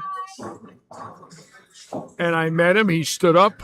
We shook hands. And I hung out. There was food, drink in the room. Hung out for about an hour. Went back to the plaza. And stayed there for 10 days and then moved on to the next city. And I had the Plaza Suite, the Kentucky Derby Suite, from 84 to 92. I had it for free. They never charged me 1 penny for that suite. And I would fly in my wife Ann. I would fly in my father and his wife Janice. Ann's sister and brother would come in from San Francisco and Flagstaff, and they would stay with us. It was the most wonderful times in my life in Las Vegas. And I did very well gambling at that time in my life because I didn't need the money. So I played money management. I was very careful. They did let me drink for free. Occasionally they comped my meals. In the 87 year, I had the room for 21 straight days. in June and early July. And when I signed my name at the checkout, the room bill was $17,900, and I signed my name and it said comp on the bill. 17.9 comped.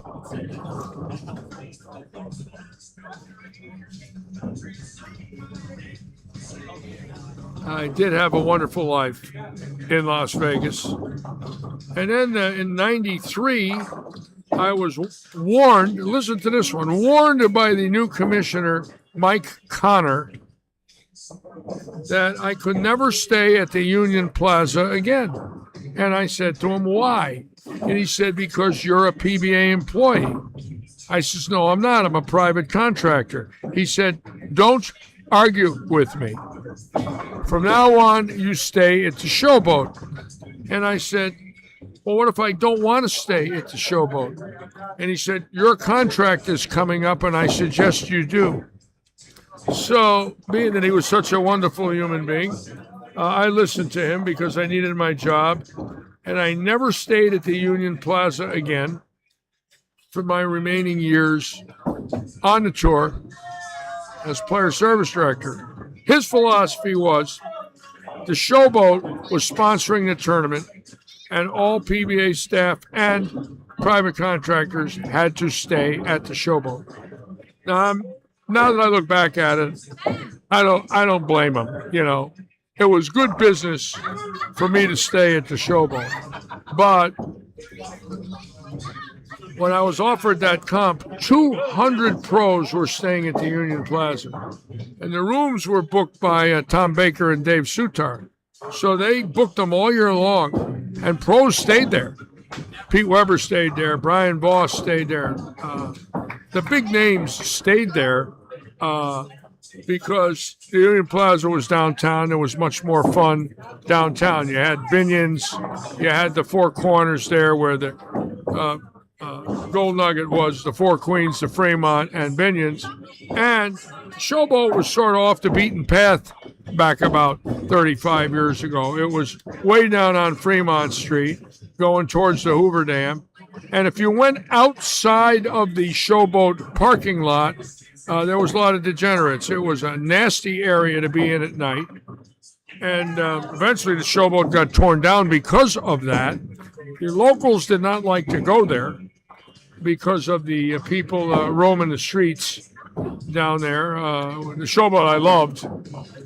But I had that room downtown for about 8 years. I have some beautiful pictures of it from out my window looking down Fremont Street before the Fremont Street Experience was built. That big roof that's down there now.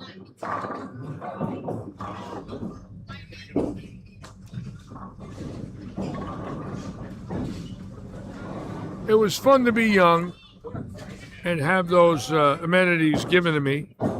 Never forget it.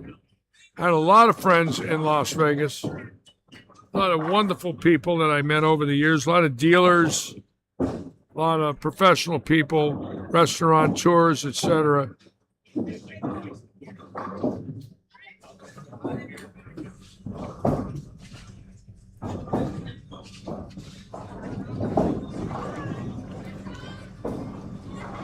Met Steve Wynn one night. Went in the Mirage and shook hands with Steve Wynn.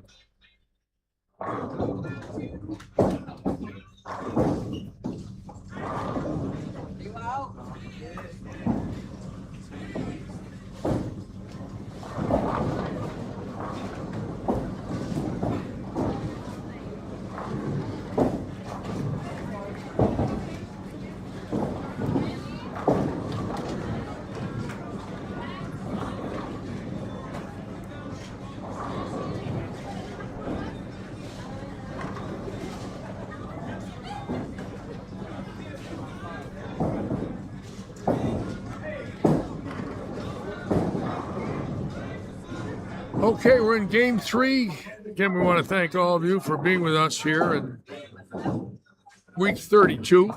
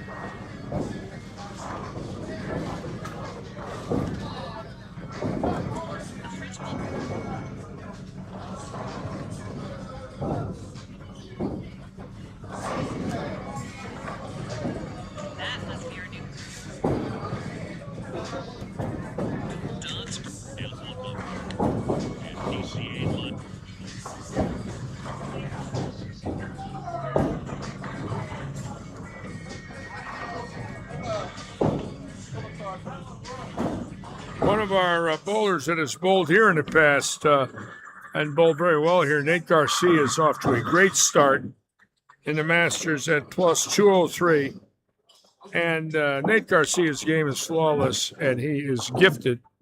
Tall man, thumb in, and his game is beautiful. He's out of Port St. Lucie, so we're rooting for Garcia.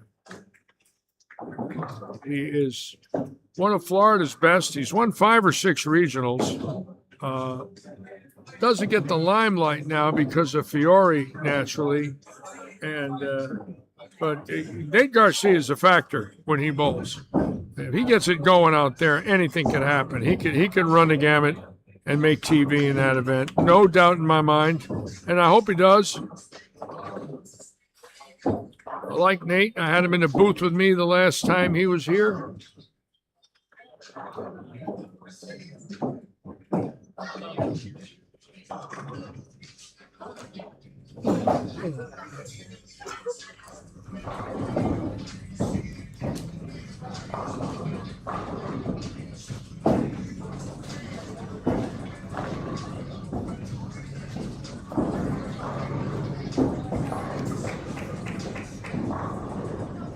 Boy, Duda really going direct from out.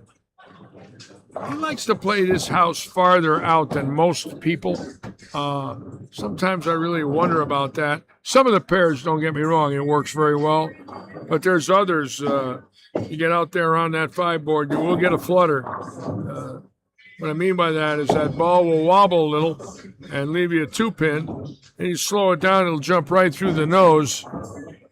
But not every pair is like that here.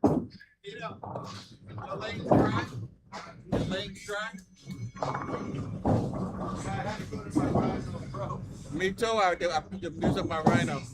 They are.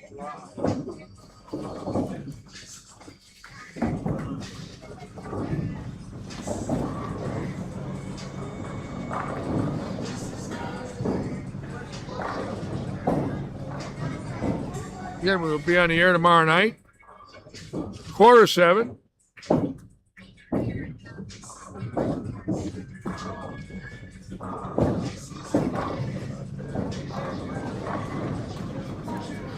Ryan Williams is bowling well. Good for him. He's an interesting bowler to watch. You know, he's a little herky-jerky where, you know, you don't know really how he's going to do when you watch him. But he's smart. He's become a good bowler, no doubt about it. But sometimes I see some flaws in his game where he's up and down with his knees and he decelerates a little bit on certain shots, what I mean by herky-jerky. And I don't think he knows it. I saw him do that here a couple times. In our first bracket buster we had here last May, he did it. He had a chance to win the tournament, and he went in the 10th frame and got 5-3 and lost. It was an expensive loss, and I hit the pocket the whole game until that 10th frame, and then lost on a 5-3.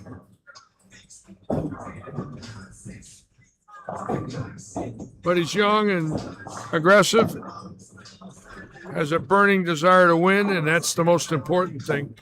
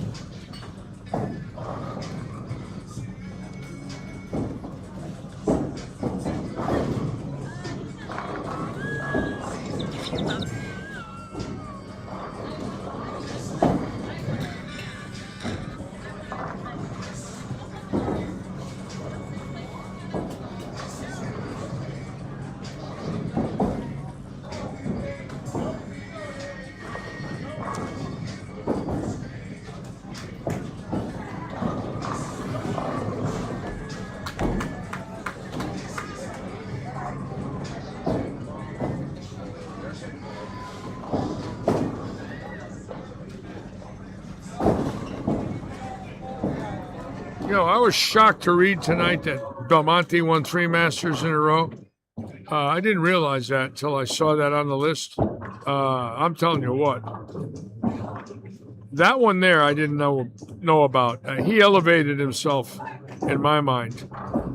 And, you know, I like a lot of bowlers. I'm not going to say he's my favorite, and I don't say that about him personally. I say that I've had other favorites that were great.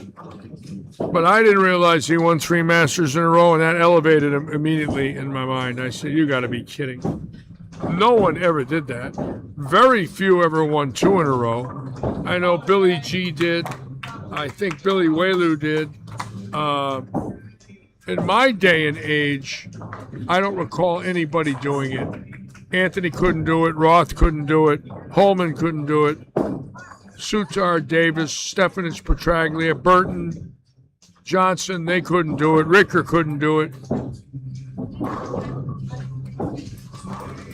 Larry Lobb couldn't do it. I mean, the great ones of that generation, David Ozio, Ferraro, Monticelli, none of them could do it. This guy did it 3 times in a row. You know, in his prime, 10 years ago, 12 years ago, he was unbeatable.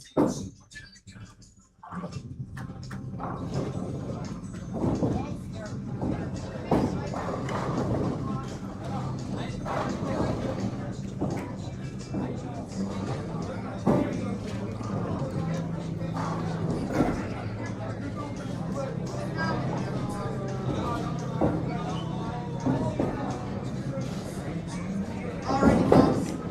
Second game mystery.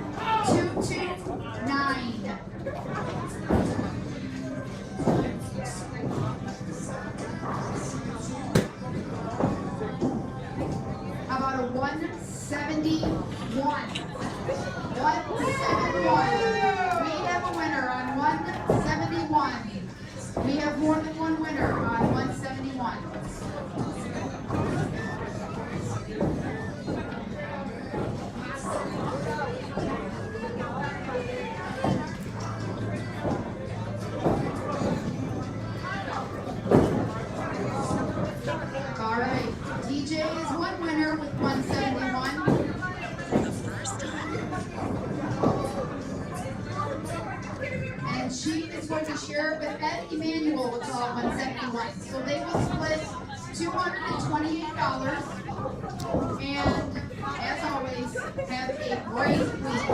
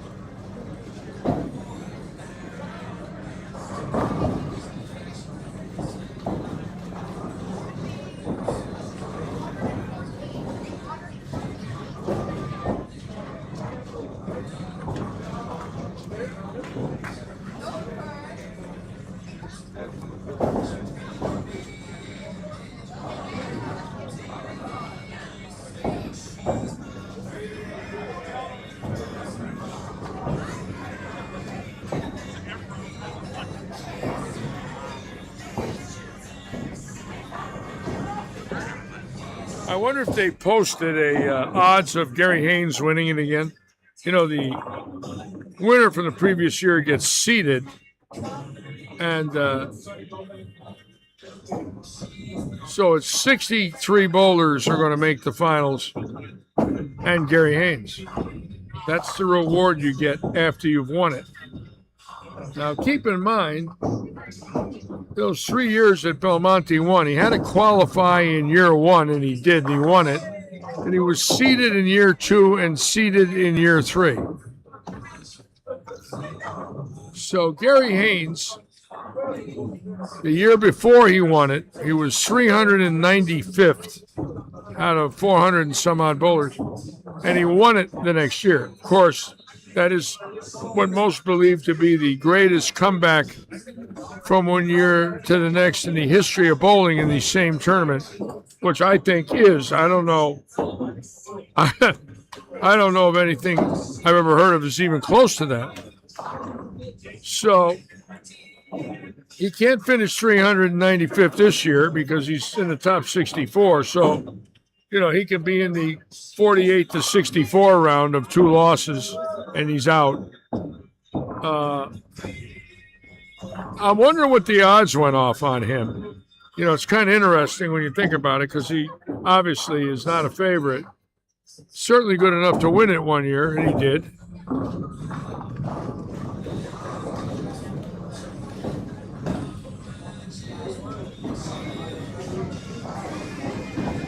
I would say he's a 64 to 1 shot.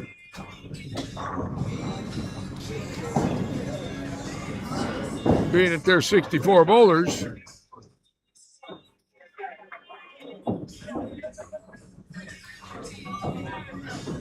And he might have been a 64 to 1 shot last year. And he won it. So there have been 10 bowlers that have won the Masters in the last 60 years that were no one's pick other than themselves, picking themselves. Lou Scalia was the first one to do it in 67. And then 69, Jim Chesney did it where nobody believed he could win. And then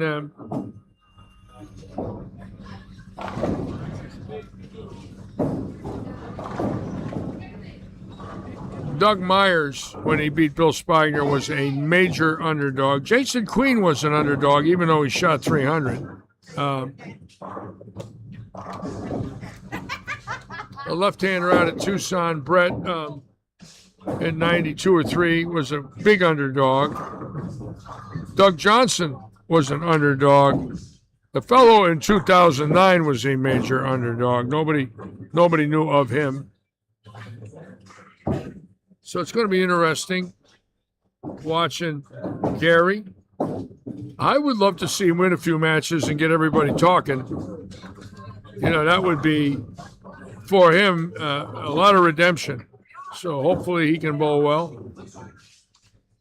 I never met him, but I heard he's really a nice guy. From Long Island.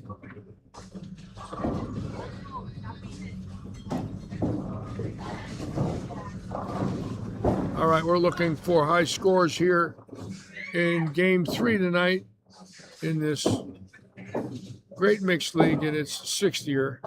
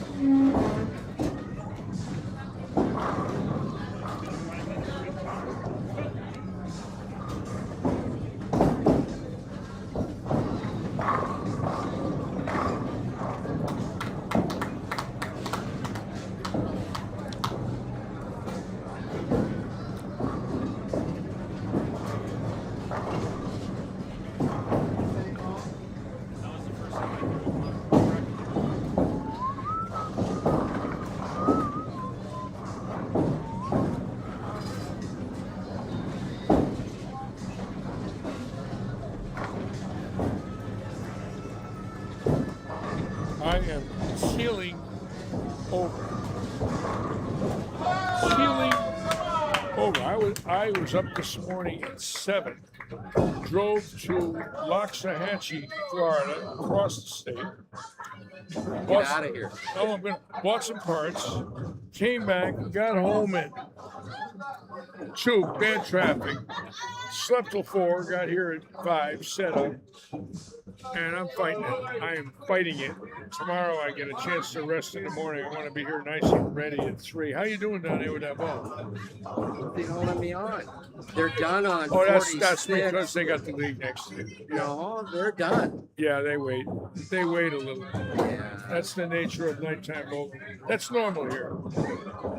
She said there's a timer when they leave. Yeah, they have to wait a little bit. I know Gina's tried to come in here and do the same thing. That's the way it is. I'm just, waiting. You didn't throw the Brunswick ball yet. No. I can't wait for you to throw that. I'm going to practice tonight for tomorrow. Yeah, And then Ricky watched me today. yeah, He just came down. yeah. He's probably a half hour there. Good, But, good. I'm glad. I talked to him about He it. talked to me about my feet and, Yeah. and keeping that 1 foot. Yeah. I've talked to him about what I'm going through. And he's got a great eye. And I told him. He doesn't explain things as well as you. Well, I told him I'm struggling. I said the last lesson, I told him that the lesson yesterday was not good. I said I left here, I was upset about it. And I didn't feel we got anywhere. I take that personally, just for the record. You got a guy back. Yo, Eddie the Dude. What are you doing there, Eddie the Dude? What do you got? It's a soft 707. 707. Yeah. Got the 490 in the third frame. And we have it. I go. Come on in here with me. We got Ed Duda with me tonight of Charlie's Irrigation. Again, I want to thank you, Eddie, for your generosity. You're having a good year. I mean, you've had many 700s, 3 or 4 300s. I mean, you're having a good year. What'd you throw tonight? I threw the Mania 2 games, and I went to the Blue Iron. Blue Iron. Yeah. That's an early one. We drilled that ball early in the league, like week 3 or 4, right? You had 300 in a big set with it early. Yeah. Yes, you did. Went straight out up the boards outside. Yeah, I saw that. I'm not in love with that line here. You could fire it and get it through the front. That's a little tricky when they break down there, boy. You miss right, it'll hang. Well, I had TJ throwing 12 miles an hour, pushing oil. Well, yeah, of I course. saw him doing that in the second game. I said, Yeah, "Look at yeah. me here. Let me try this spill ball." Yeah. I left the 9 pin. Yeah. I can work with this. So I went. Now, The lowest speed I had was 18.3. 18. 18.3. Wow. That's 21 off your hand. I popped up 19.7 Wow. in the fourth frame. Wow. Now, what is your averages in the 2 leagues? 230 both? Real close? 229 and now it's 230 in this one. I'm 227, 228. You're having a good season. Grounded out real good. Had a little slump in the middle, came back towards the end. Yeah. Had that little run where you won some tournaments, big strike jackpot. And it bowled really well. Beat Keep Crossing, the king of the hill. Had some good weeks. Yep. And how's things at Charlie's Irrigation? Everything good? Busy? It's busy, but my boss is busy time, so. Yeah. Thank you so much for your generosity, man. Took care of a lot of people in here. Thank you. Added money to our events. Put up money in the Bracket Buster, right? And a couple others, right? Yeah. Very nice of you to do that. I was going to put in that scratch thing, but I was telling you, he told me when he started running, it's going to be 12-1, and then Yeah. a couple weeks before the tournament, he put flyers out. It was 10 o'clock and 11 o'clock. Yeah, you missed the I time. missed it. I know you did. I saw I was that. going to pop in the grand on that. I know you were a little upset about that. I saw that day. Every once in a while when we change the time, it's like somebody always misses it. I've seen it ever since. Lost 15 bowls. Because you went early? Yes. I didn't curse it. I said they went 15 bowls. Sometimes, 15. yeah, sometimes that happens. I've seen it before. And there's miscommunication, something gets missed. Unfortunately, See, was trying to do is he was trying to incorporate a handicapper afterwards. Yeah. You want to yeah, go over yeah. or whatever. So he figured he'd drop the time back to 10 and have a handicapper, and that handicapper didn't Yeah. turn out anyway. Now, what are your plans for the summer? We're gonna have Going to sweepers. villages. You're gonna bowl the villages. You're gonna bowl a senior stop there at the villages. Yep. Really? Then we're going to hit the Port St. Lucie regional. Senior regional. Senior regional. I bowled that 27 years ago, right after I turned 50. I went over there. I'd only lived here at that time for 3 months. Turned 50 in May and went over there in June, and went to the PBA school in May and was eligible for that regional. Went over there. They had a 9-pin no-tap pro-am, right? And I shot 900. Right? I went out the next day in 10 games. I missed 12 one-pin spares and didn't cash. I wanted to cut my left arm off and quit. I missed 12 one-pin spares in 10 games and missed cashing by 40 pins. I went out of there. I said, what is wrong with my brain? 12 in 10 games.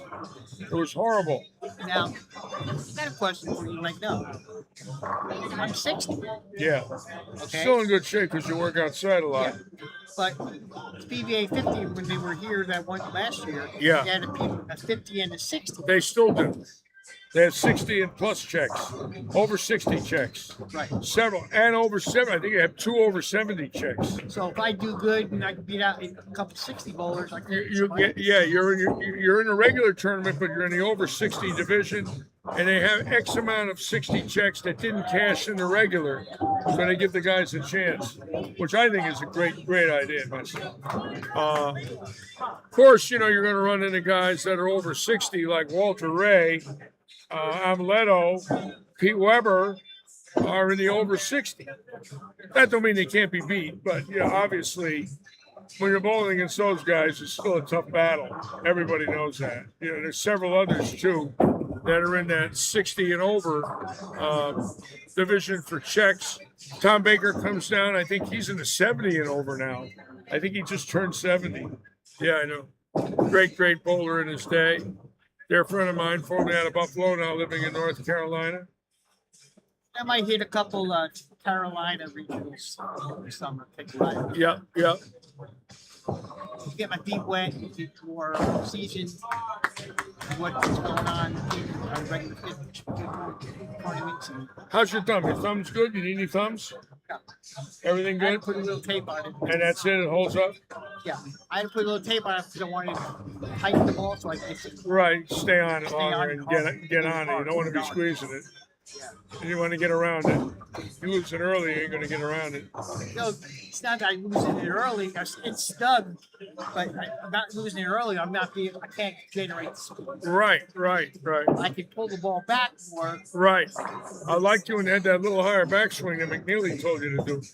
Boy, you look good when you did that. I said, well, it wasn't much, but it was noticeable. It was It was probably from about here. Yeah, up to yeah. about here. You're 7, 8 inches higher. It looked great. You waited on it longer. You caught it more. Had real good control. I liked it. I thought that was a great tip from him. Excellent tip from McNeely. What I need to do is get out here and work. Like, you know, Oh yeah, you got a ball. and work on a higher backswing. But my backswing was still low. You know, I've seen 13, 14-year-old girls that have backswing almost up to their head, almost up to their head. They're like this. Well, these kids are made out of rubber. Us older people, we do that. We pull a hammy. We pull a shoulder out. My son's still above his head at 57. He's up here and he just winds it like nobody. Nobody bowls like Michael. I'm getting this thing called Anaconda Vice. And it goes on your here and up the back to your shoulder. Yeah, yeah. And the pitchers use it. There's a 65-year-old guy, ex-pro, Tommy John surgery. Yeah. Couldn't get the ball over 65, 70 miles an hour. He put the sun gun on. He was hitting 85 to 90. Wow. Tommy John. Keeps your. Who's doing that? Anaconda. That's what it's called? Yeah, Anaconda Vice. Yeah. What is Anaconda Vice? It's a shoulder wrap. A wrap. Yeah. And it's got straps here, and straps here, comes around here. And it's got chemicals in it. No, No. It's got copper infused. Yeah. Okay, I got it. So it keeps your muscles in line. So if you come out, keep your elbow in line. Yes. The whole shot, you actually get your ball up a little bit more because you don't feel the stoppage. Because muscle memory is going to stop the ball where it's going to stop. Unless you work on it to change it. So I've been doing that at home.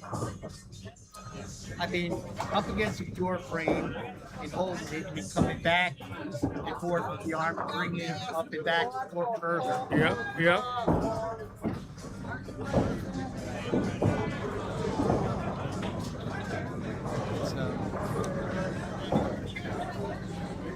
You know, when I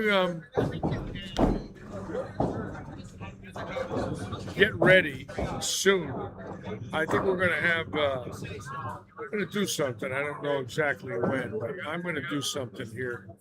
A little promotion. I don't know how it's going to do yet. I'm going to talk to Robert about it. I have an idea about a tournament to run. And it's an interesting tournament because it's entirely different than anything we've ever done in the history of this bowling center. And I don't know if it can be done or not, but it's different. It's a strike contest. And the way it works is you move 4 frames across the house, right? And I don't know how we can do it on our scoring units if it'll let us, but you move every 4 frames. You move pairs. Just everybody moves. That's different. No practice balls. And you go. Strikes only. No score. Don't strike, you get nothing. And we used to do that years ago when you could hand score because you didn't have to worry about the scoring units. And there was a place in Middletown, Connecticut, and the deal was you got into a pot, and if anybody threw 300, 400 pair, 400 pair, 400 pair, it went up to $1,800 before somebody did it at $1 a person. Somebody finally did it. That would be interesting if we had a 300 pot. We had something like that at Jersey Lanes. Yeah. Called the Blockbusters. Yeah, yeah. But we'll pick on that. Yeah. Every pin you leave, you got to pay $1. Oh, wow. Interesting. And we had some Jersey Lanes 64 lane house. Yeah, we had it in Middletown, Connecticut. They called it the Strike-a-thon. And they'd get 60 guys, come up with a $20 bill, And then, you know, if you had X amount in a row, you want a pot, right? But the 300 pot got to 1,800. Fine. There was a guy that did it one night, at $1,800 for a 300 game. It built for 3 months. Finally, somebody did it. 4 strikes, moved a pair. 4 strikes, moved a pair. 4 strikes.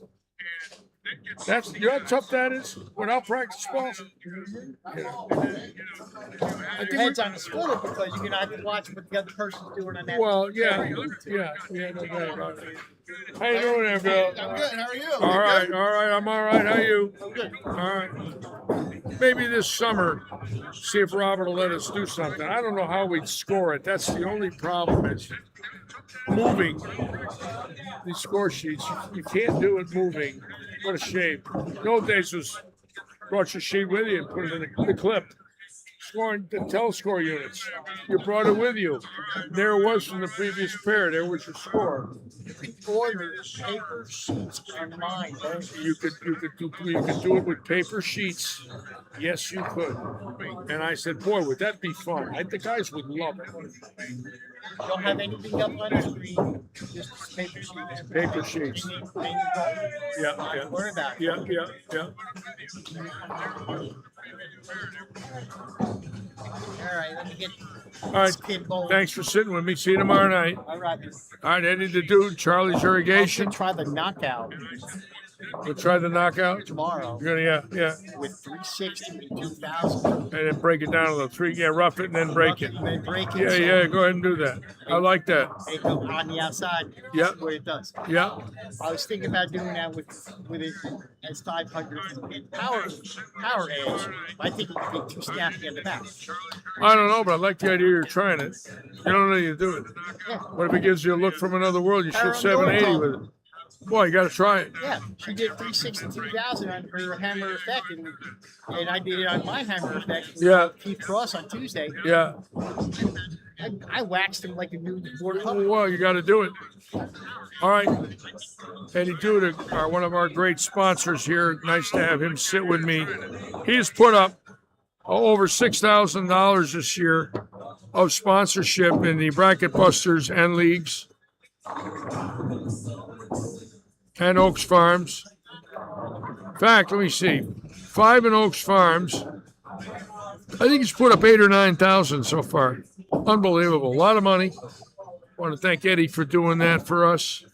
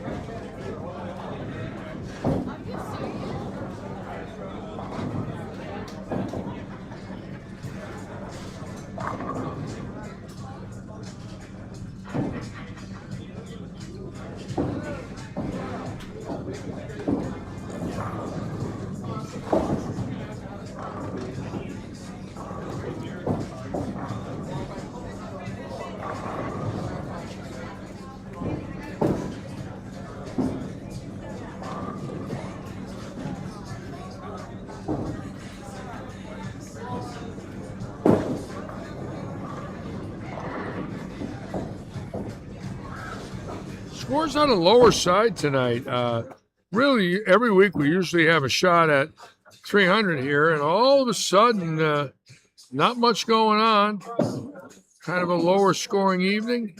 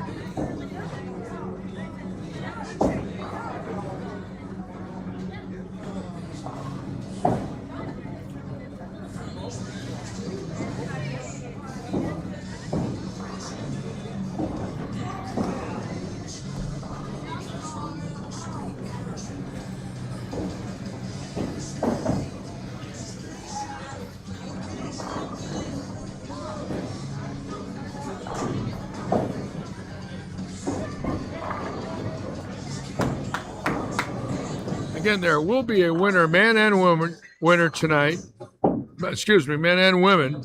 Two people will win the use of Audis every even week. So 2 weeks from tonight and the last night, week 36. So tonight, 2 will be given away for 2 days. 2 weeks from now, 2 Audis for 2 days, tank of gas, and then, of course, a month from now, the last night, 2 bowlers will win usages for 2 days. There will be an Audi Summer League. I don't have any details yet, but we did have one the last few summers. And we want to thank David Forbes and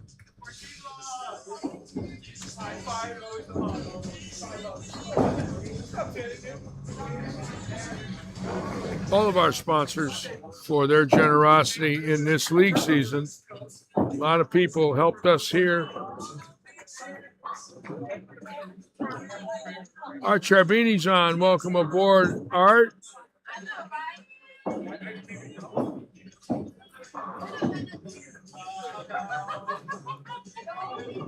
You know, it's funny when you don't think somebody's going to do something like Ed Duda came out of nowhere with that generosity this year. I don't think anybody expected it. Not that, you know, it's very seldom that an independent person will put up some money. Now, companies will, and he did it with Charlie's, but he also put up a lot of his own money to help sponsor events. And several of us went, wow, wait a minute. You know, he was willing to do that here, and very seldom does an individual do it. He's done it. He's done it generously, I might add, and I like to bring that up. Not only through Charlie's, but out of his own pocket.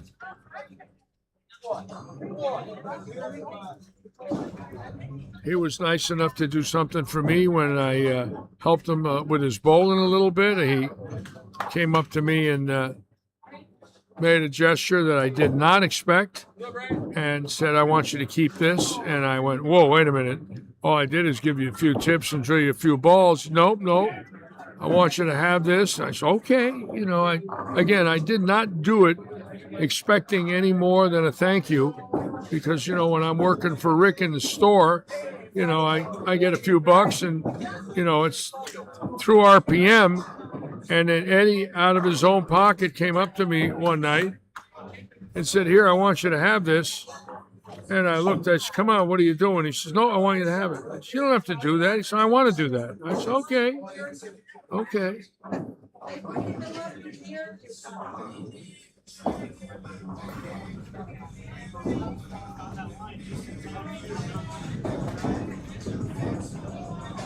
Good to see you aboard with us, Art. Hope it's starting to warm up there in Dallas.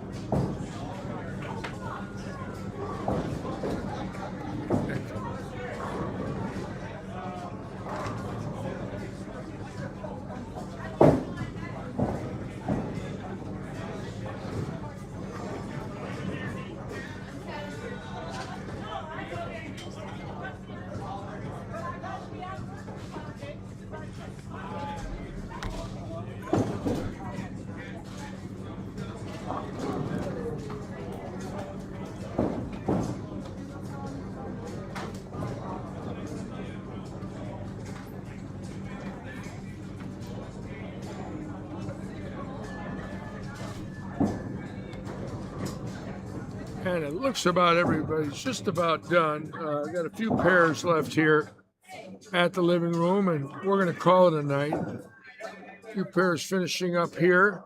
Chrissy Stewart finishing up, the legend.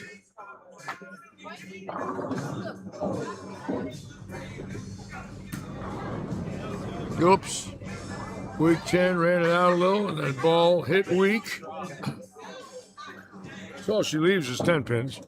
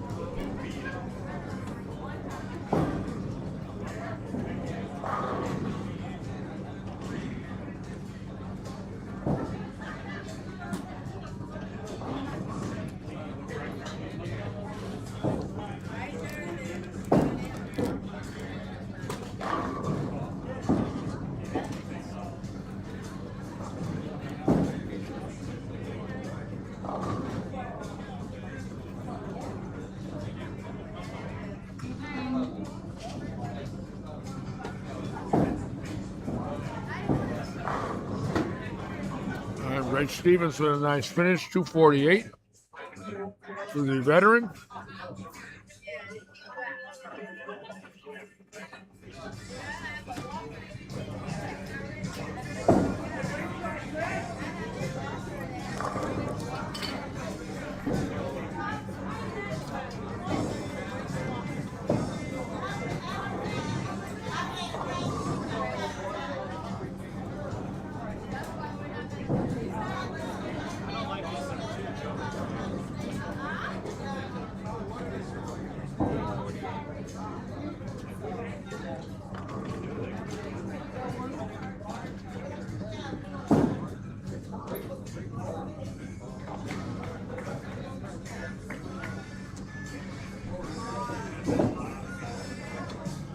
You want to wait till Saturday? Yeah, it's up to you. I got you. Whatever you want to do, hon.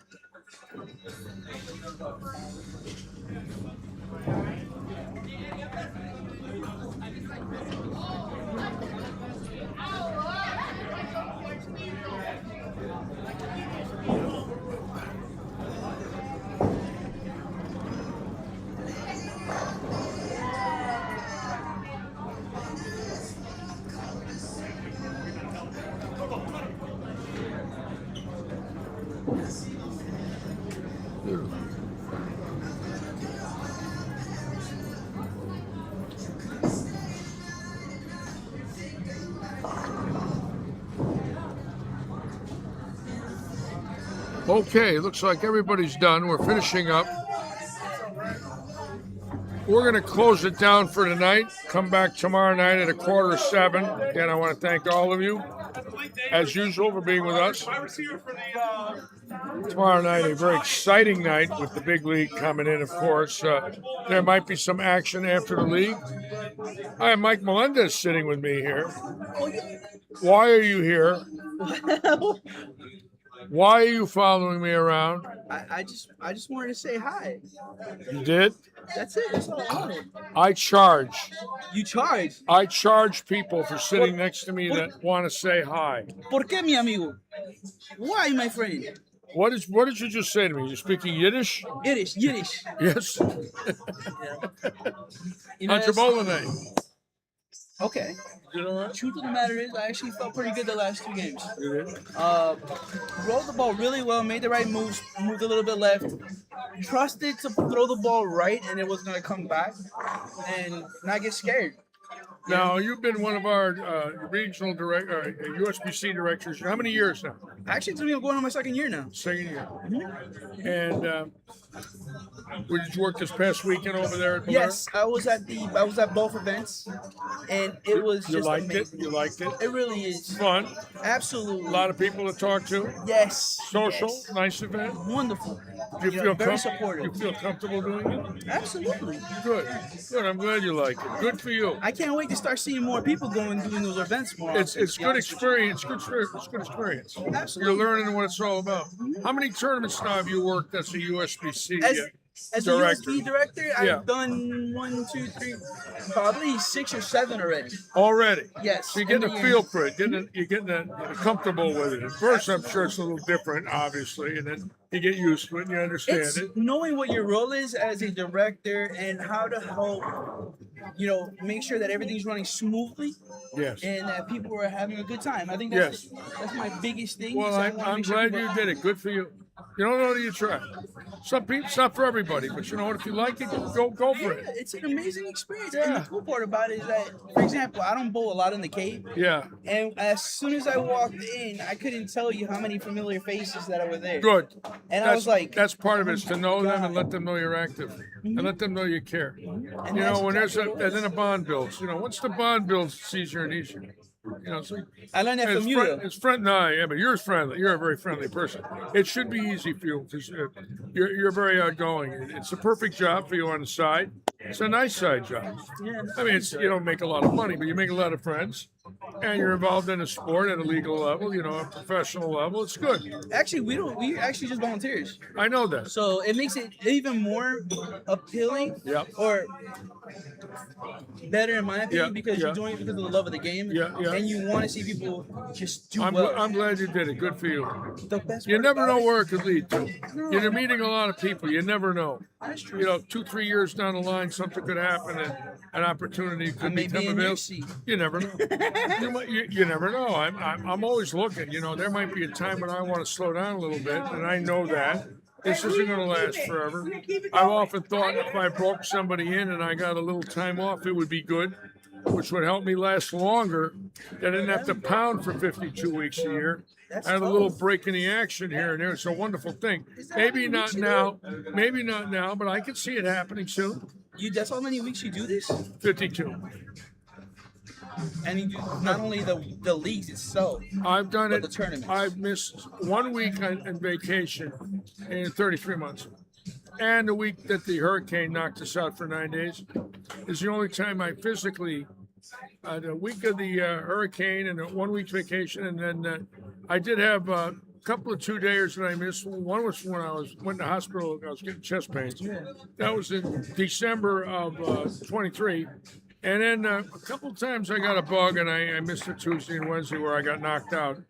But I don't like missing because it's not that hard a job. It really isn't. The key is you got to be ready to get in here. If you're asleep and you're not into it, it's a tougher job than one would think because you don't want to make mistakes. Exactly. You want to be on the ball and try to spread Actually, it. what you do is kind of tough, man. It's not a Well, I love easy it. job. It's and easy- you make it's it look easy though. It's easy when it's a way of life. Organic. For me, it's a way of life. Every Tuesday, every Wednesday, every Saturday, every Sunday, I expect to be here. If I'm not, there's got to be a real good reason. Maybe a couple times the air conditioning didn't work. I think we had an Easter Sunday. We have had a couple of our Pokemon shows where I missed on a Sunday. But all in all, I expect to be here as much as Robert wants me to. As long as my health is right, I'm going for it. Besides, what else can an old man do? I mean, there's not too many jobs where you get paid to talk. It's a wonderful thing. Man, I need a job like Let that. me tell you something. I'll bring Ray Stevens right next to me too. It's- Oh, speak of him. Little it's- sexy. Look at It's this. not so bad. There's a lot of people in here that appreciate it. I'm very fortunate. We have great sponsors, great owner, great friends, right? And it's not so bad. I can think of a lot worse things to do right now. I mean, I really wouldn't want to be working in a Walmart. You know what I mean? as soon Nothing as- against Walmart, but I'm not going into the sporting goods department. if anybody knows this reference, Jeff Dunham, He's a comedian. Yeah. That has a puppet that says that's Walter, Yeah. and he talks about that working as a greeter at Walmart. Yeah. So that's when you said that. That's the first picture I thought of. And Well, good for listen, see you tomorrow. thank you. Yes, Good sir. luck. Thanks I for will. thanks for sitting with me. Take care. All right, Mike Melendez, one of our directors, and a really nice guy, great personality. We love him. And I always like to bring him in the booth and talk with him a little bit because he's a cool guy. And we got a lot of people like that in here, very nice people, avid bowlers that have made lightning strikes part of their recreational dollar, and we appreciate that. We'll see you all tomorrow night as usual. Good luck and good bowling, and thanks for watching.